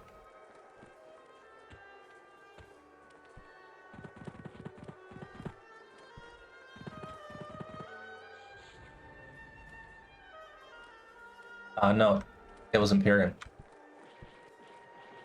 You guys don't need to plant your Koth bots. You guys have your Koth bots. Imperium were clearing. I think there was probably an agreement between the guilds and the guild league channel that between the named spawns. I think Destiny has BT this round, so they would have allowed Imperium to go in and park bots and clear, which is what Nephilim did as well between Temerity. When you guys were not killing the bosses, you let us kill TVXs and also park bots. So it was quite a difficult clear because they had very low numbers and you were going through the wings and pulling stuff, and you got the Varzakra for the door, so you can open the North Alice door. And then it was a race against time to clear through to Blob 1 because there's a lot of trap mobs in the way and a lot of 4-armed fancy mobs, which are the ones that spawn a second mob. So it's like, you know, twice the spawns. And it was quite close. There was a period where you had some mobs killing your... I think you lost a mage or two, ones that you're going to plant, and a few people, and then you had some respawns behind you, and then you're kind of like pushing in, and then you were right in the middle of the spot where the warders translocate you. So if you get any bosses in BT, the warders, Akevan warders, actually proc a translocate spell on you, and they teleport you right in front of Blob 1, which is a spot that has just a shitload of mobs. You've got like probably a dozen mobs that would all aggro you from nearby, and a trap mob and all that stuff. And they were stuck in this exact spot with respawns behind them, and basically mobs through the doors, north, west, and south, and they were trying to catch up and kill the spawns. Thanks, man. Good hanging out. Congrats on the book. Thanks. Hopefully the Magi will spawn. We're down to like the last few spawns. So not looking good to maybe get multiple Magis. As long as one spawns would be good. It'll be kind of funny if instead I got like another Ashenborn Drake that spawned. Now that we killed the Ashenborn Drake, if another Drake spawned, that would be quite funny.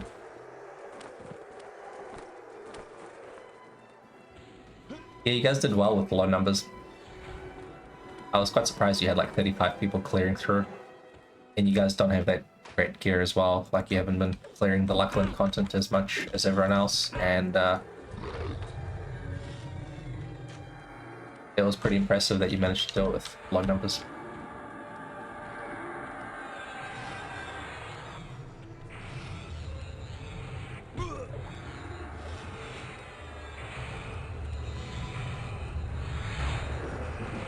It's all those AAs you guys found. You guys have a good way of getting EXP, so the, the AA points make up for lack of gear. I think it's pretty interchangeable. If you just get lots of AAs, I mean, sometimes AAs are a lot better than gear, you know, like some of the focus items and some of the abilities that you get from AAs is definitely more powerful than, you know, like 50 more hit points or whatever. So all this PBAE nukem groups and guild leveling bullshit you guys did has certainly helped.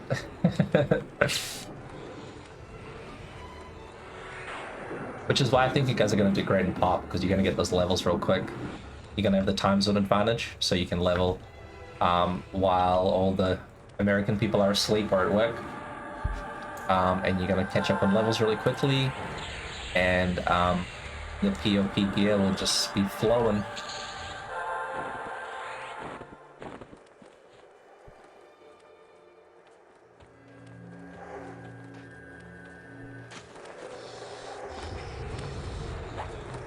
So this is a little bit of a dodgy pull. I hope I didn't just train myself, but I know that on the other side of the wall where this Revenant is, there's a whole bunch of level 2 minis. So hopefully they'll fire away enough and aggro. But it's one of those things you don't find out until like a couple of minutes later, when the named minis, the level 2 minis, all run all the way around and come through here and then come through here and then come through here. So we shall see.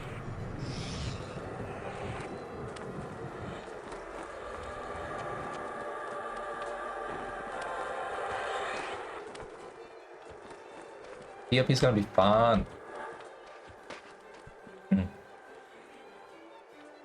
There's gonna be so many cool EXP spots. Yes, what I'm waiting for is the minis to respawn. They are due to spawn. So I'm waiting for the Magi to spawn.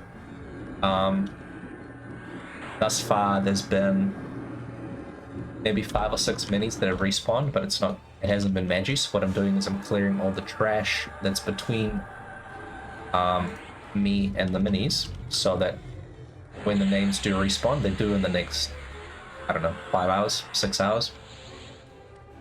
So when they do a respawn, it's a clear path because the trash has about a 10-hour respawn. So the minis should spawn before the trash respawns, which would help later on tonight. I'll keep an eye on tracking and hopefully get lucky with the mage spawn. We could get a mage spawn, or we could not get a mage spawn because we killed one of the minis. There's actually 2 minis that were dead. We just killed the Ashenborn Broodmaster, and I think Lord of Loathing or something was also killed. So in the remaining mini spots, we could either get Magi or we could get the Ashenborn Broodmaster.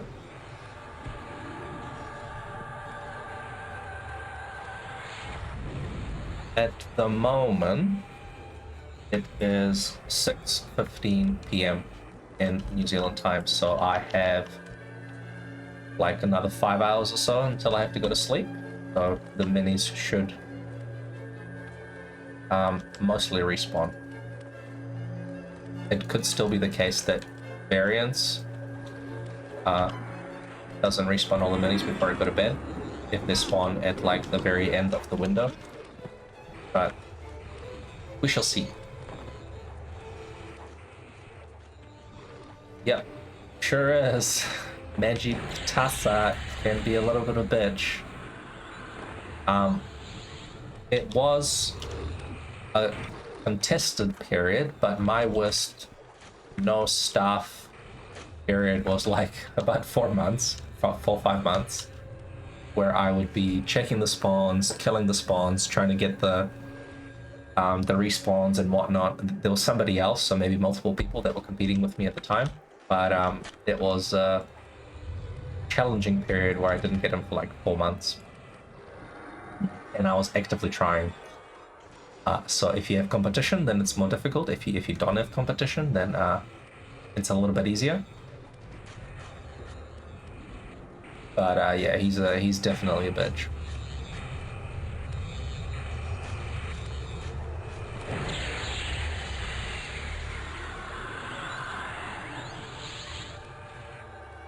Just gotta chip away at it, but at least it's fun. I like the zone. It's really chaotic. And you also get armor drops from random trash monsters that you can turn in. So there's a quest here.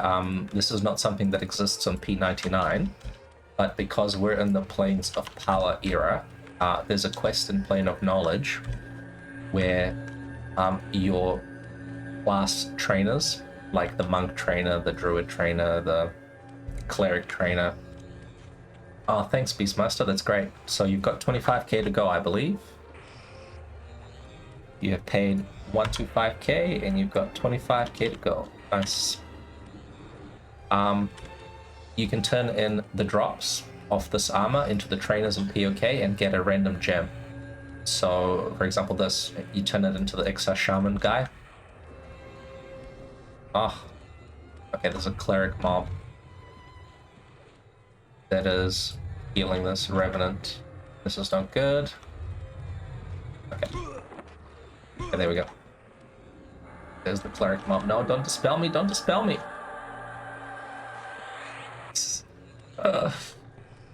So you can turn in the armor drops from Plane of Hate and Plane of Fear into the guild trainers and POK, and what you'll do is the original quest will give you EXP and a gem, but the EXP component was deemed to be overpowered because it's a Planes of Power quest and not a Hunak / Velius / Luckland quest. So what they've done is, as a compromise, they've enabled just the gem turn-ins, but not the EXP turn-ins.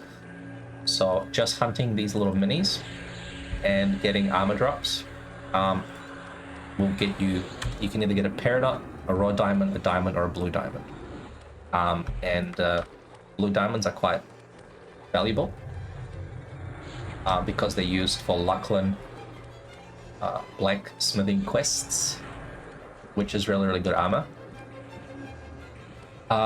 A diamond is used for quests as well. You can either sell it to players for about 200 plat each, or you can just vendor it for like 150 plat each. A raw diamond is also used for armor quests, but it's not used until Plane of Power.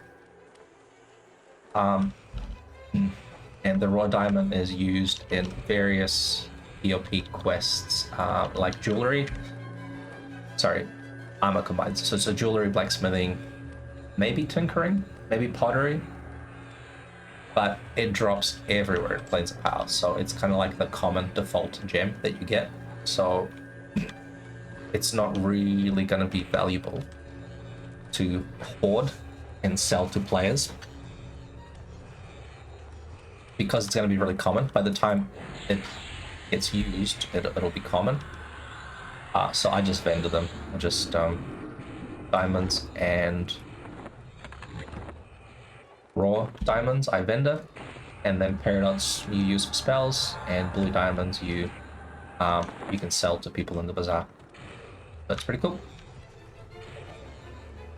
It's a good way to earn extra cash, as well as the gems that these guys drop. So these guys also drop like rubies, black sapphires, diamonds, sellables.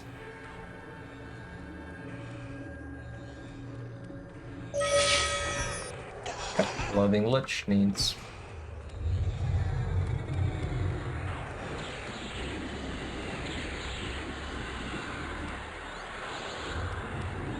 to be recharmed. I'm just debuffing the magic resist first before I recharm it. I debuff it with Tash and Malacini. So the monsters here drop armor pieces, which can be turned in for gems, and then also they also drop gems, black sapphires, diamonds, ruby crowns, random miscellaneous crap that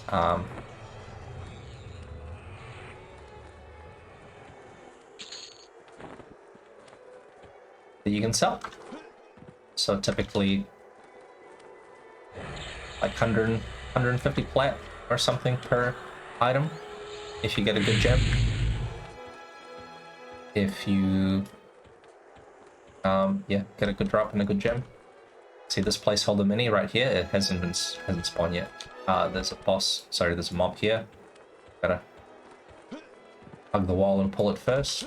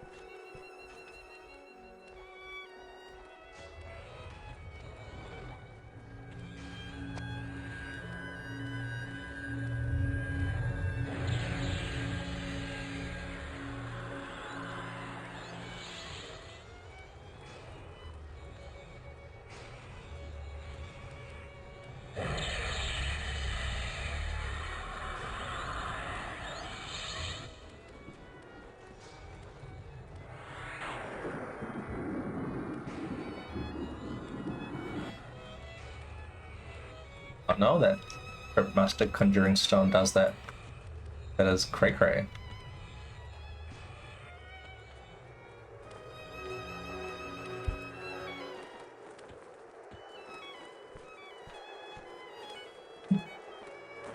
Some kind of behind the scenes stuff. Oh, enchanted mobs, why you gotta spell me every time? Thoughts, Blake Petals, and Shielding, okay.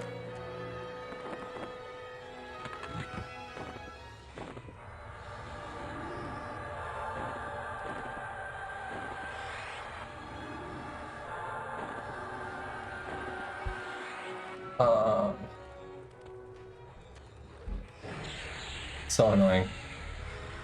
Getting dispelled is the worst.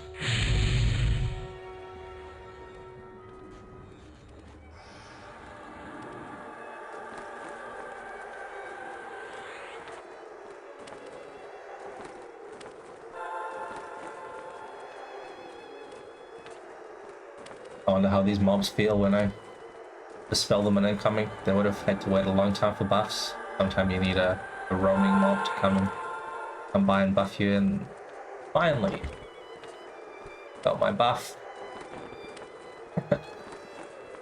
Then I come along and nope.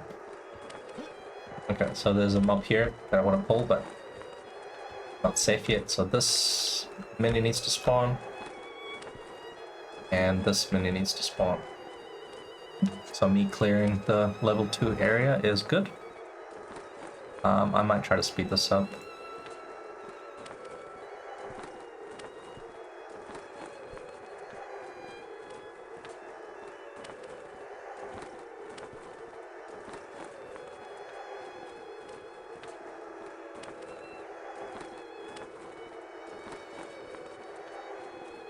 Such a long spell refresh. Alright.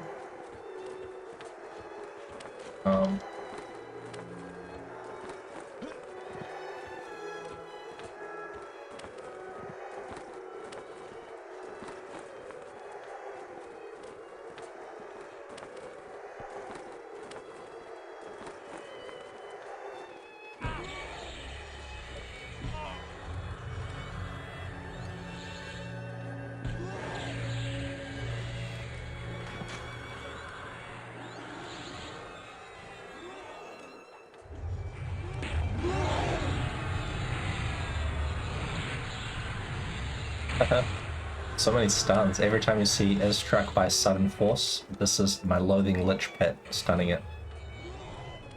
So both the Spectre stun and my 2 stun weapons that I gave it are contributing to the stuns. It says when you're stunned by a gust of pure elemental magic, that's the Mage Pet.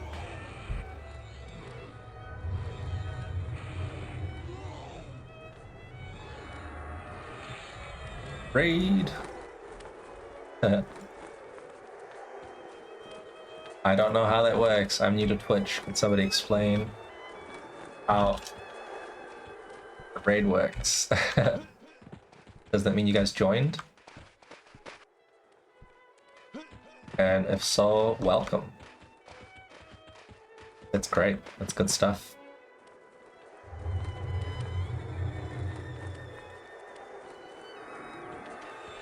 Rating that Plane of Hate. Oh, cool, man. Nice. Each Getchy TV. What kind of stuff does Getchy TV stream? Is it also EverQuest, or is it some other games?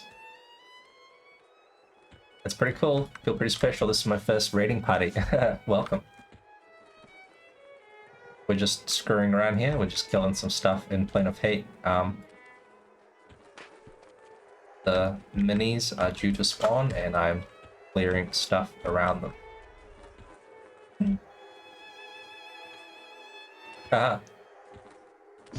Yep, we love the Plane of Hate. Do you guys play on emulator servers, or do you guys play on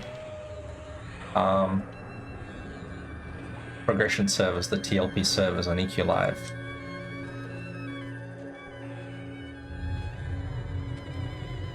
Thornblade? Oh, is this a new one? I haven't heard of Thornblade. That's pretty cool. I've heard of Mischief. Is Thornblade a spin-off of Mischief or something like that? Is Mischief that popular? Cool. That's good to hear. I wanted to check up on the progress of Mischief. I went through a few EverQuest streams yesterday and saw a whole bunch of people that were streaming Mischief. Cool, thanks, Geech. Thanks, Geechy TV. Appreciate it, man. That's awesome. You guys are great. See you guys around. I'll make sure to, I'll try to pass it on. I'll have a look at Twitch and see how to do the raiding party stuff. I've never done it myself.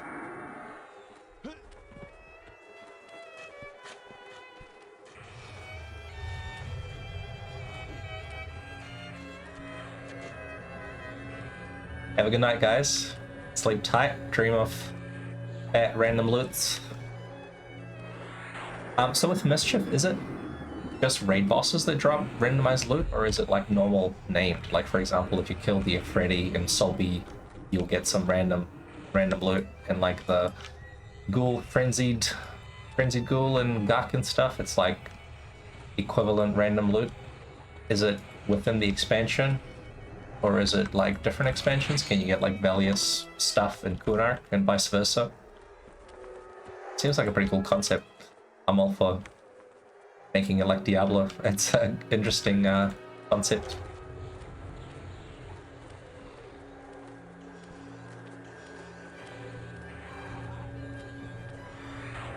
I saw some people killing like Enril Sathir or something, and they got Vision Speak loot. That seemed pretty cool.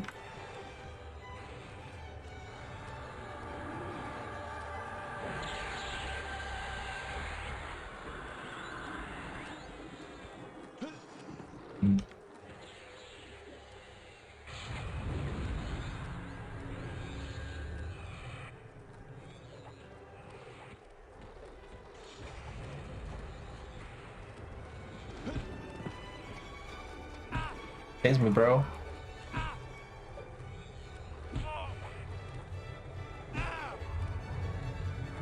Gonna try to heal. No luck, buddy. Look at all these stun procs.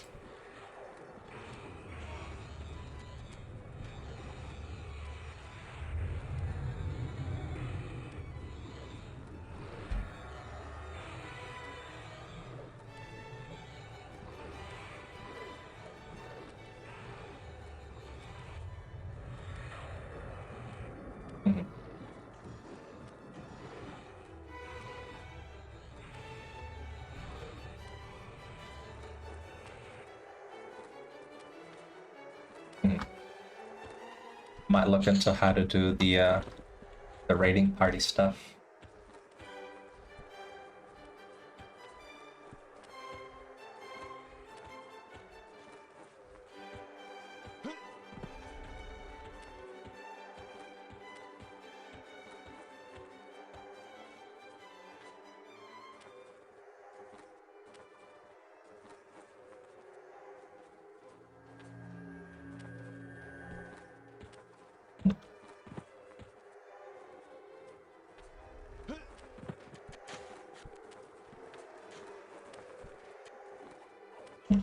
So you guys that play on TLP servers, this is not EQ Live, this is an emulator server.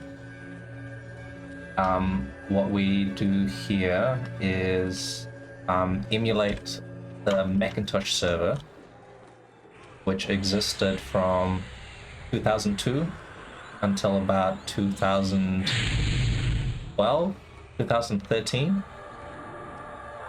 It was like a forgotten little relic in time. Back in the Planes of Power era, at the peak of EQ in 2002, what happened was Sony decided to branch out and make a Macintosh-only server. So the client was a specific EQ Mac client, and you could only play with a Mac. So you needed like a PowerPC or a Mac, Apple Mac, whatever existed back in 2002. So this kind of kept it a bit exclusive because it didn't show up on the normal server listings, so most people didn't know about it. It was just for the Mac players, and it had a very, very small community. I think probably like 200 people, 300 people, something like that. Maybe in total. And it was this really, really tight-knit, small community. When the game started to wane in popularity, so when World of Warcraft came out, the population in EQ dropped from its peak. I think at its peak it was about 500,000 people, and then it kind of slowly dropped to 300,000, 200,000, 100,000 subscribers. They being the devs, Sony, they forgot about this server. It was like running on this little hardware box in a corner, probably with like a bit of tape over it that said "Do not turn off."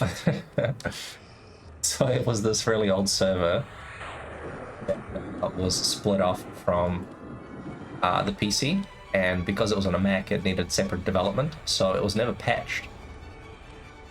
So the EQ Live game got more expansions. It got bug fixes, it got new content, got the marketplace, got all the cool EQ Live features that you see. But the Mac server never did.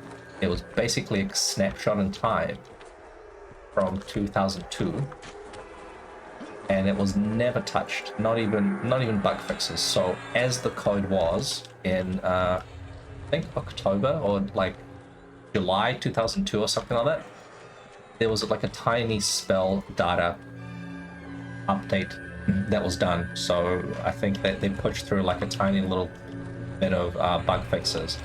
It had one developer working on it called Hobart. If you know Vulak loot, there's Hobart's war helmet that was named after the developer Hobart. So he was a sole dev looking after the Mac server and basically didn't do anything on it for years and years and years until, I don't know, maybe like 2007, 2008, or maybe later, when he went back to the Mac server and had a look at the state of it.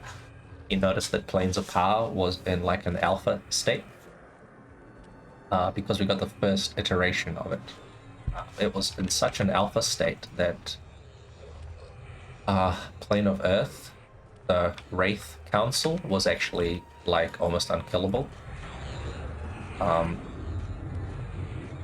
normal servers, as you kill the Wraith Council members and their health drops, they get weaker. So instead of hitting for 3k, they start hitting for 2k or 1k. So when you have to keep 6 of them off-tanked and 6 of them mezzed below, like 8% health or something like that, they became manageable because their power dropped. But on the max server, it was still the original iteration where no matter what the hit points were, they were fully powered and super nasty. Fizzle. This combined with the very low population of the max server, you know, like the top guild was raiding with like 30 humans, right? Like 40 humans, maybe tops. Trying to keep 11 Wraith Council members off-tanked with, you know, like 6 clerics each on them was just not possible. So, it never got killed. The Wraith Council, after like 6 or 7 years, or maybe 8 years or whatever, never ever got killed. So this was like the bottleneck to get to Plane of Time. So the Mac people were perfectly happy just playing in their own little sandbox, forgotten in time, on a server that couldn't even get to Plane of Time. Then Hobart kind of came in, and he pushed a bunch of changes. So he looked at it and said, okay, the script for the Plane of Earth rings, the ring events, the Avatar of Dust, etc. It had broken triggers, so you could only attempt the event once per reset. The server had a bi-weekly reboot, so every 2 weeks it actually rebooted, and that reset all the mobs. So you could only attempt the mini events once every 2 weeks. And then you had the Wraith Council that was unkillable. They kept trying. They kept at it to see if they could defeat it with low numbers, but it was just too tough. So he went through and he patched the spell data, patched some of the zones through the alpha state they were in to like an updated version of it. So it was kind of like this pseudo Legacy of Yakesha kind of mix of zones and content. Some of the stuff was never updated because it was based on the client. The Mac client was never updated, so he just made server-side changes as much as he could. And when he made those fixes to Plane of Earth, this was the first time that Temerity Guild could actually kill the Wraith Council and get to Plane of Time. There was like this big post when they first cleared it. They were like, after 8 years, finally, Wraith Council goes down. We have entered Plane of Time, so they all could complete their quintessence of elements and that kind of stuff.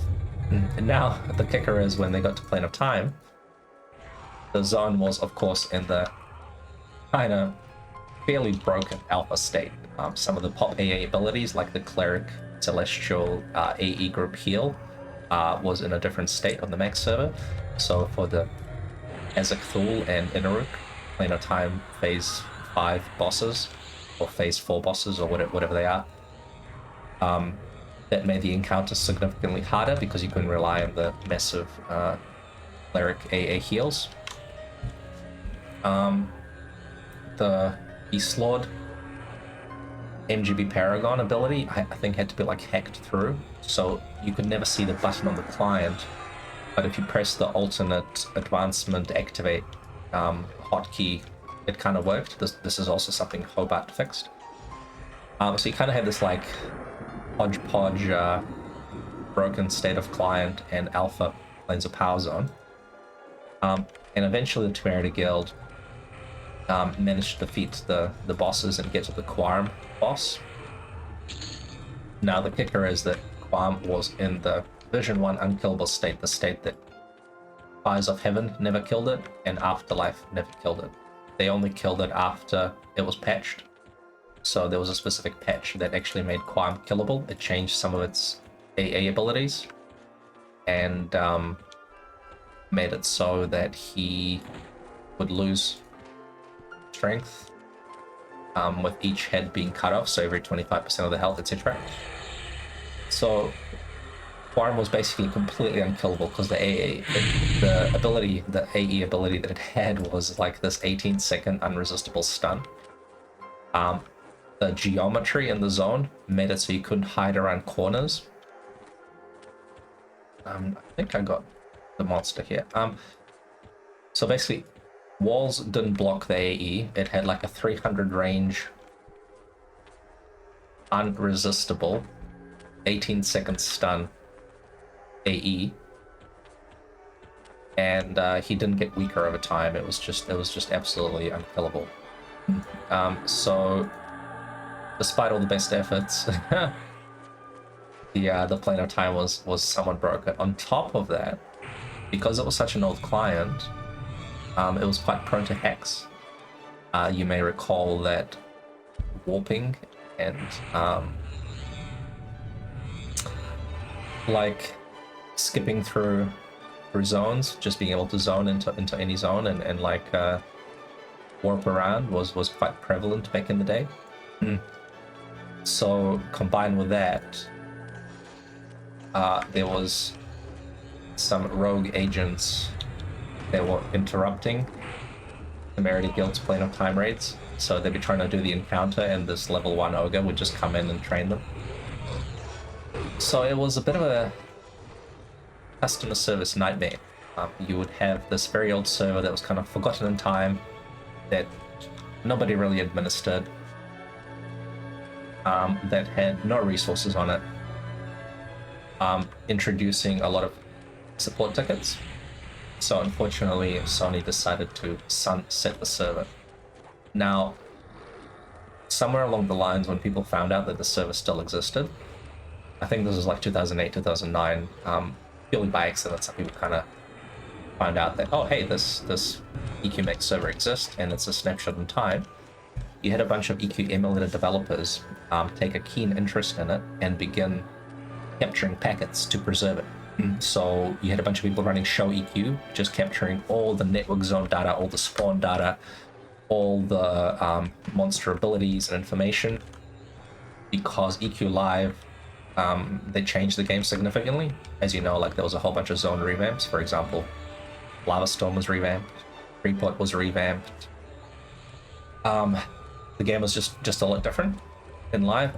There was a whole bunch of changes to mitigation and spell data and resists, and just abilities all around. You had augments, you had just heaps of changes that made the game a lot easier and a lot different. So if you try to replicate the era, the Planes of Power era, by looking at EQ Live, you had inaccurate information. Instead, they just jumped on this EQMX server and captured it because it was all perfectly preserved. So this emulator server is basically trying to replicate the EQMech experience using all the data they've collected, plus trawling Alakazam comments from 2002, trying their best to make an accurate replica of the 2002 Planes of Power era. And currently the development is the Luckland content has been released, so you've got your Luckland AAs, but the Planes of Power is still in development. It is expected that Planes of Power development will conclude this year, hopefully. There's a little dev progress tracker where we can see what they're up to. They've just finished Plane of Earth, Plane of Fire, Plane of Water, and Plane of Air. So now they've gone on to Plane of Time. So we're almost there. And hopefully, maybe in 2-3 months, people are hoping, maybe, we'll get POP release. So the devs don't want to release it until it's finished, and we're pretty close. The reason why it's taking so long is because accuracy is pretty much the #1 priority here. So the devs, if they are unsure on data, they will actually go and go to EQ Live. So luckily, what I said earlier about the content not matching EQ Live, Planes of Power expansion was actually not really revamped very much. So all the zones are pretty much in their original state. There's been a few fixes with encounters and to fix the bugs. So Planes of Power is not in the alpha state anymore. But mobs' abilities like hit points and where they spawn and that kind of stuff is pretty accurate. So the devs are going through filling in the gaps. Because on the max server they didn't get around to capturing everything. They ran out of time. The server was sunset before all the data collection could be completed. So if they're uncertain about specific abilities, they will go to EQ Live and collect it. And then if something seems to be off, they will troll through old game comments or Magello data and that kind of stuff to make sure that it's as accurate as it can be. So we patiently wait for the content to be ready, and then we shall get a really accurate gaming experience. So it should be pretty exciting. So hopefully in about 3 months or so, I will no longer be killing stuff in Plane of Hate. I'll be EXPing in Planes of Power and killing some cool high-level shit. Getting some EXP, getting my new AAs, getting flags, getting raiding new bosses and stuff like that. But for now, I'm just kind of like screwing around here, hunting epic quests and stuff like that. It was fun, but some new content would be nice.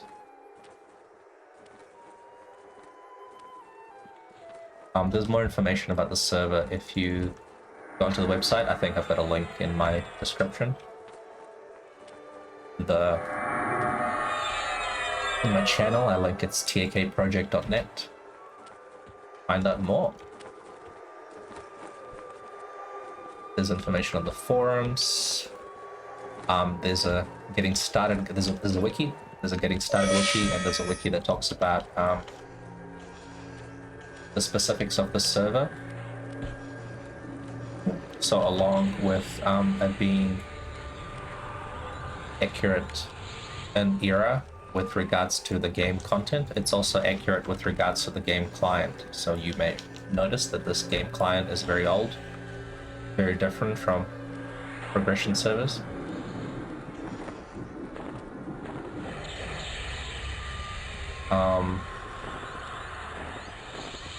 Because it has to match the Mac client. So the Macintosh client was very limiting.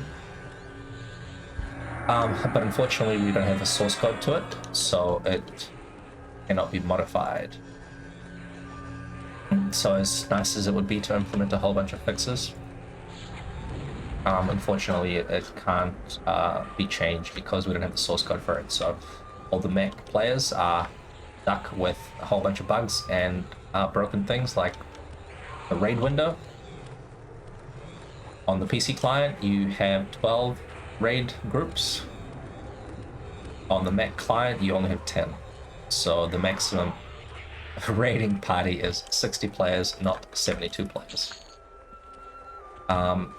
So unfortunately, the Planes of Power raids can only be a maximum of 60 people here, not 72. Which makes it more challenging, which is, I guess, good fun. But yeah, the raid limit, the raid window is limiting. There's some functionality that you can't do, like the raid leader can't shuffle players around. You can't select players and move them between groups. You can only disband them from the raid, so people kind of have to organize themselves, swap themselves around, and invite each other and that kind of stuff, which can be a little bit annoying. Okay, so the named minis have not respawned yet, so what I'm going to do is kill my pet and just come back later.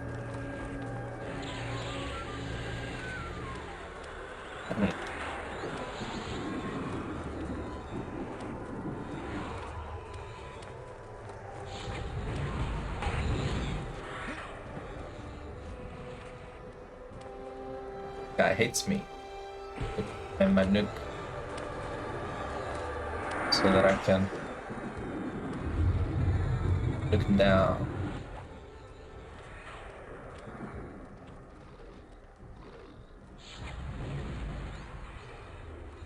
I need to get my pet weapons back. Oh yeah, glad you enjoyed. Yeah, there's a lot of history here. So you have a lot of players that are in Temerity and Destiny. They're the two original guilds that were on the EQMX server.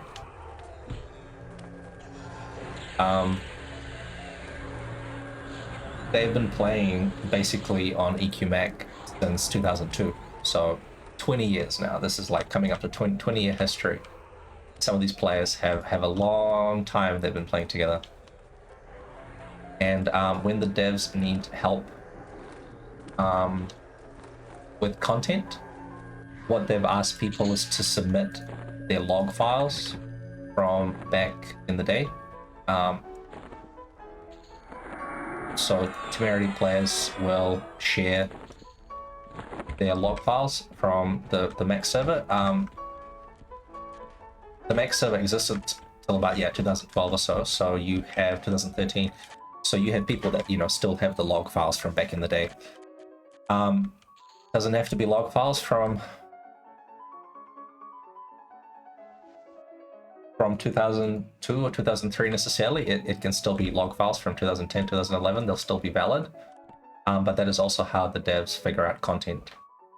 They will look at a monster and then they'll use astrogrep to go through and search for log files like this mob hits you for this much damage, and they'll look at all the hits that the main tank took and then deduct the maximum hit, the damage interval, all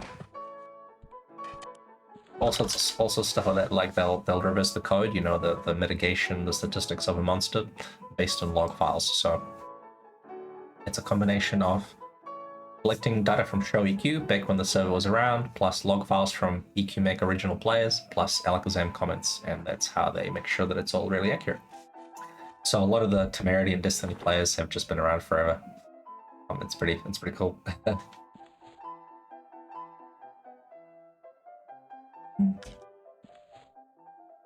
So I've got some stuff on camping.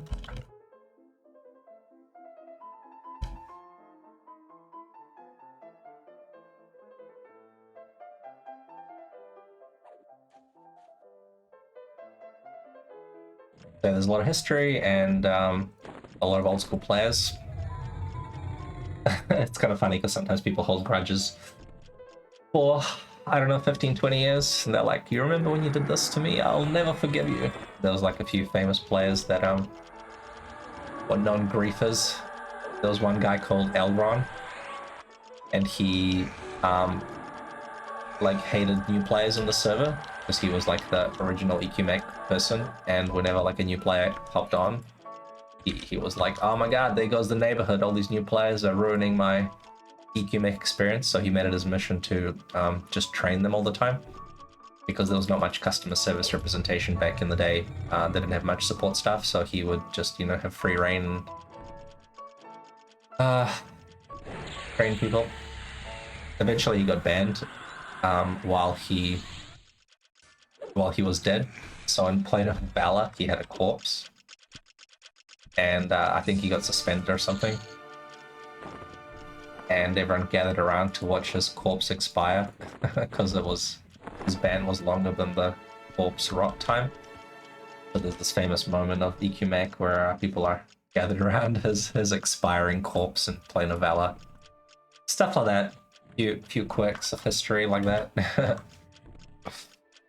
There was a period where one of the devs called Secrets, to help them collect Show EQ data. What he did is he figured out which client was compatible with EQMech and changed some DLLs around and changed some netcode to make the PC client connect to the Mac server.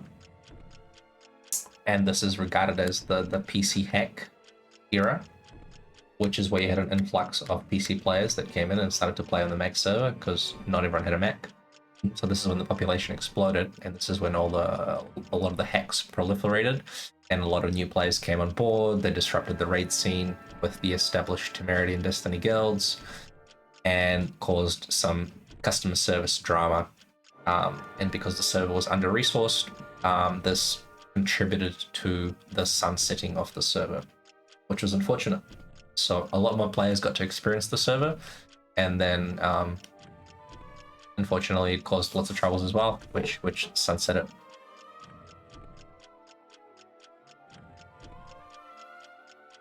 Unfortunately,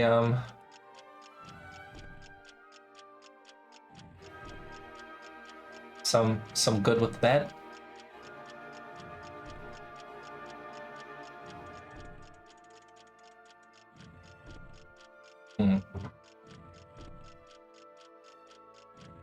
Raid channel. Okay, cool. Trying to figure out how this raid stuff works.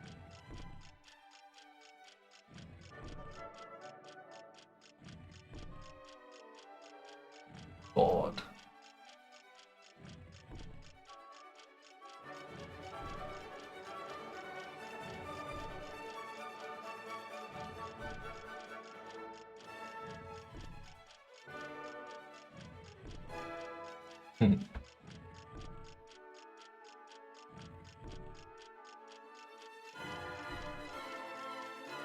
Alright, cool. Think I got it figured out.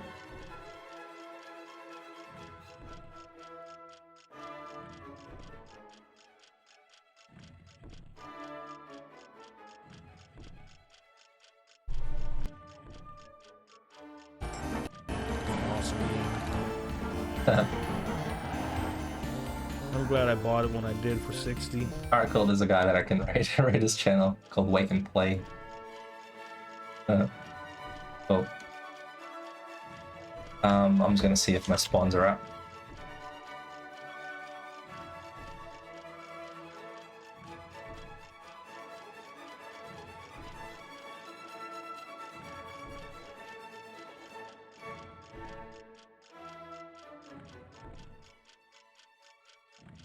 This is what I used to check up on the minis over in Plane of Hate. Got a little.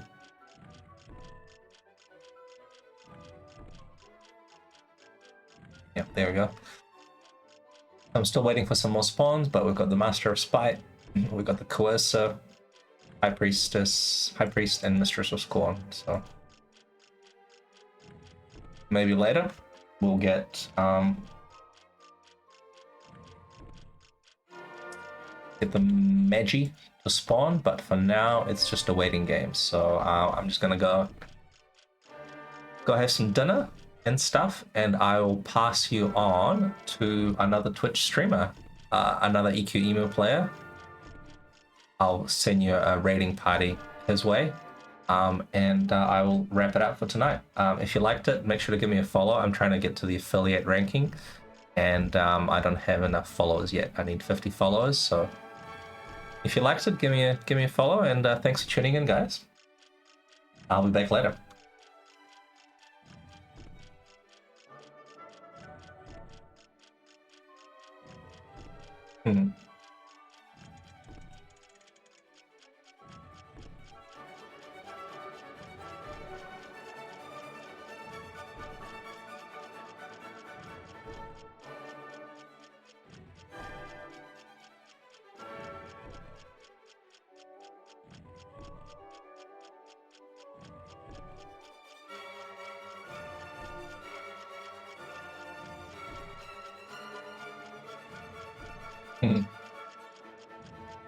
Wait.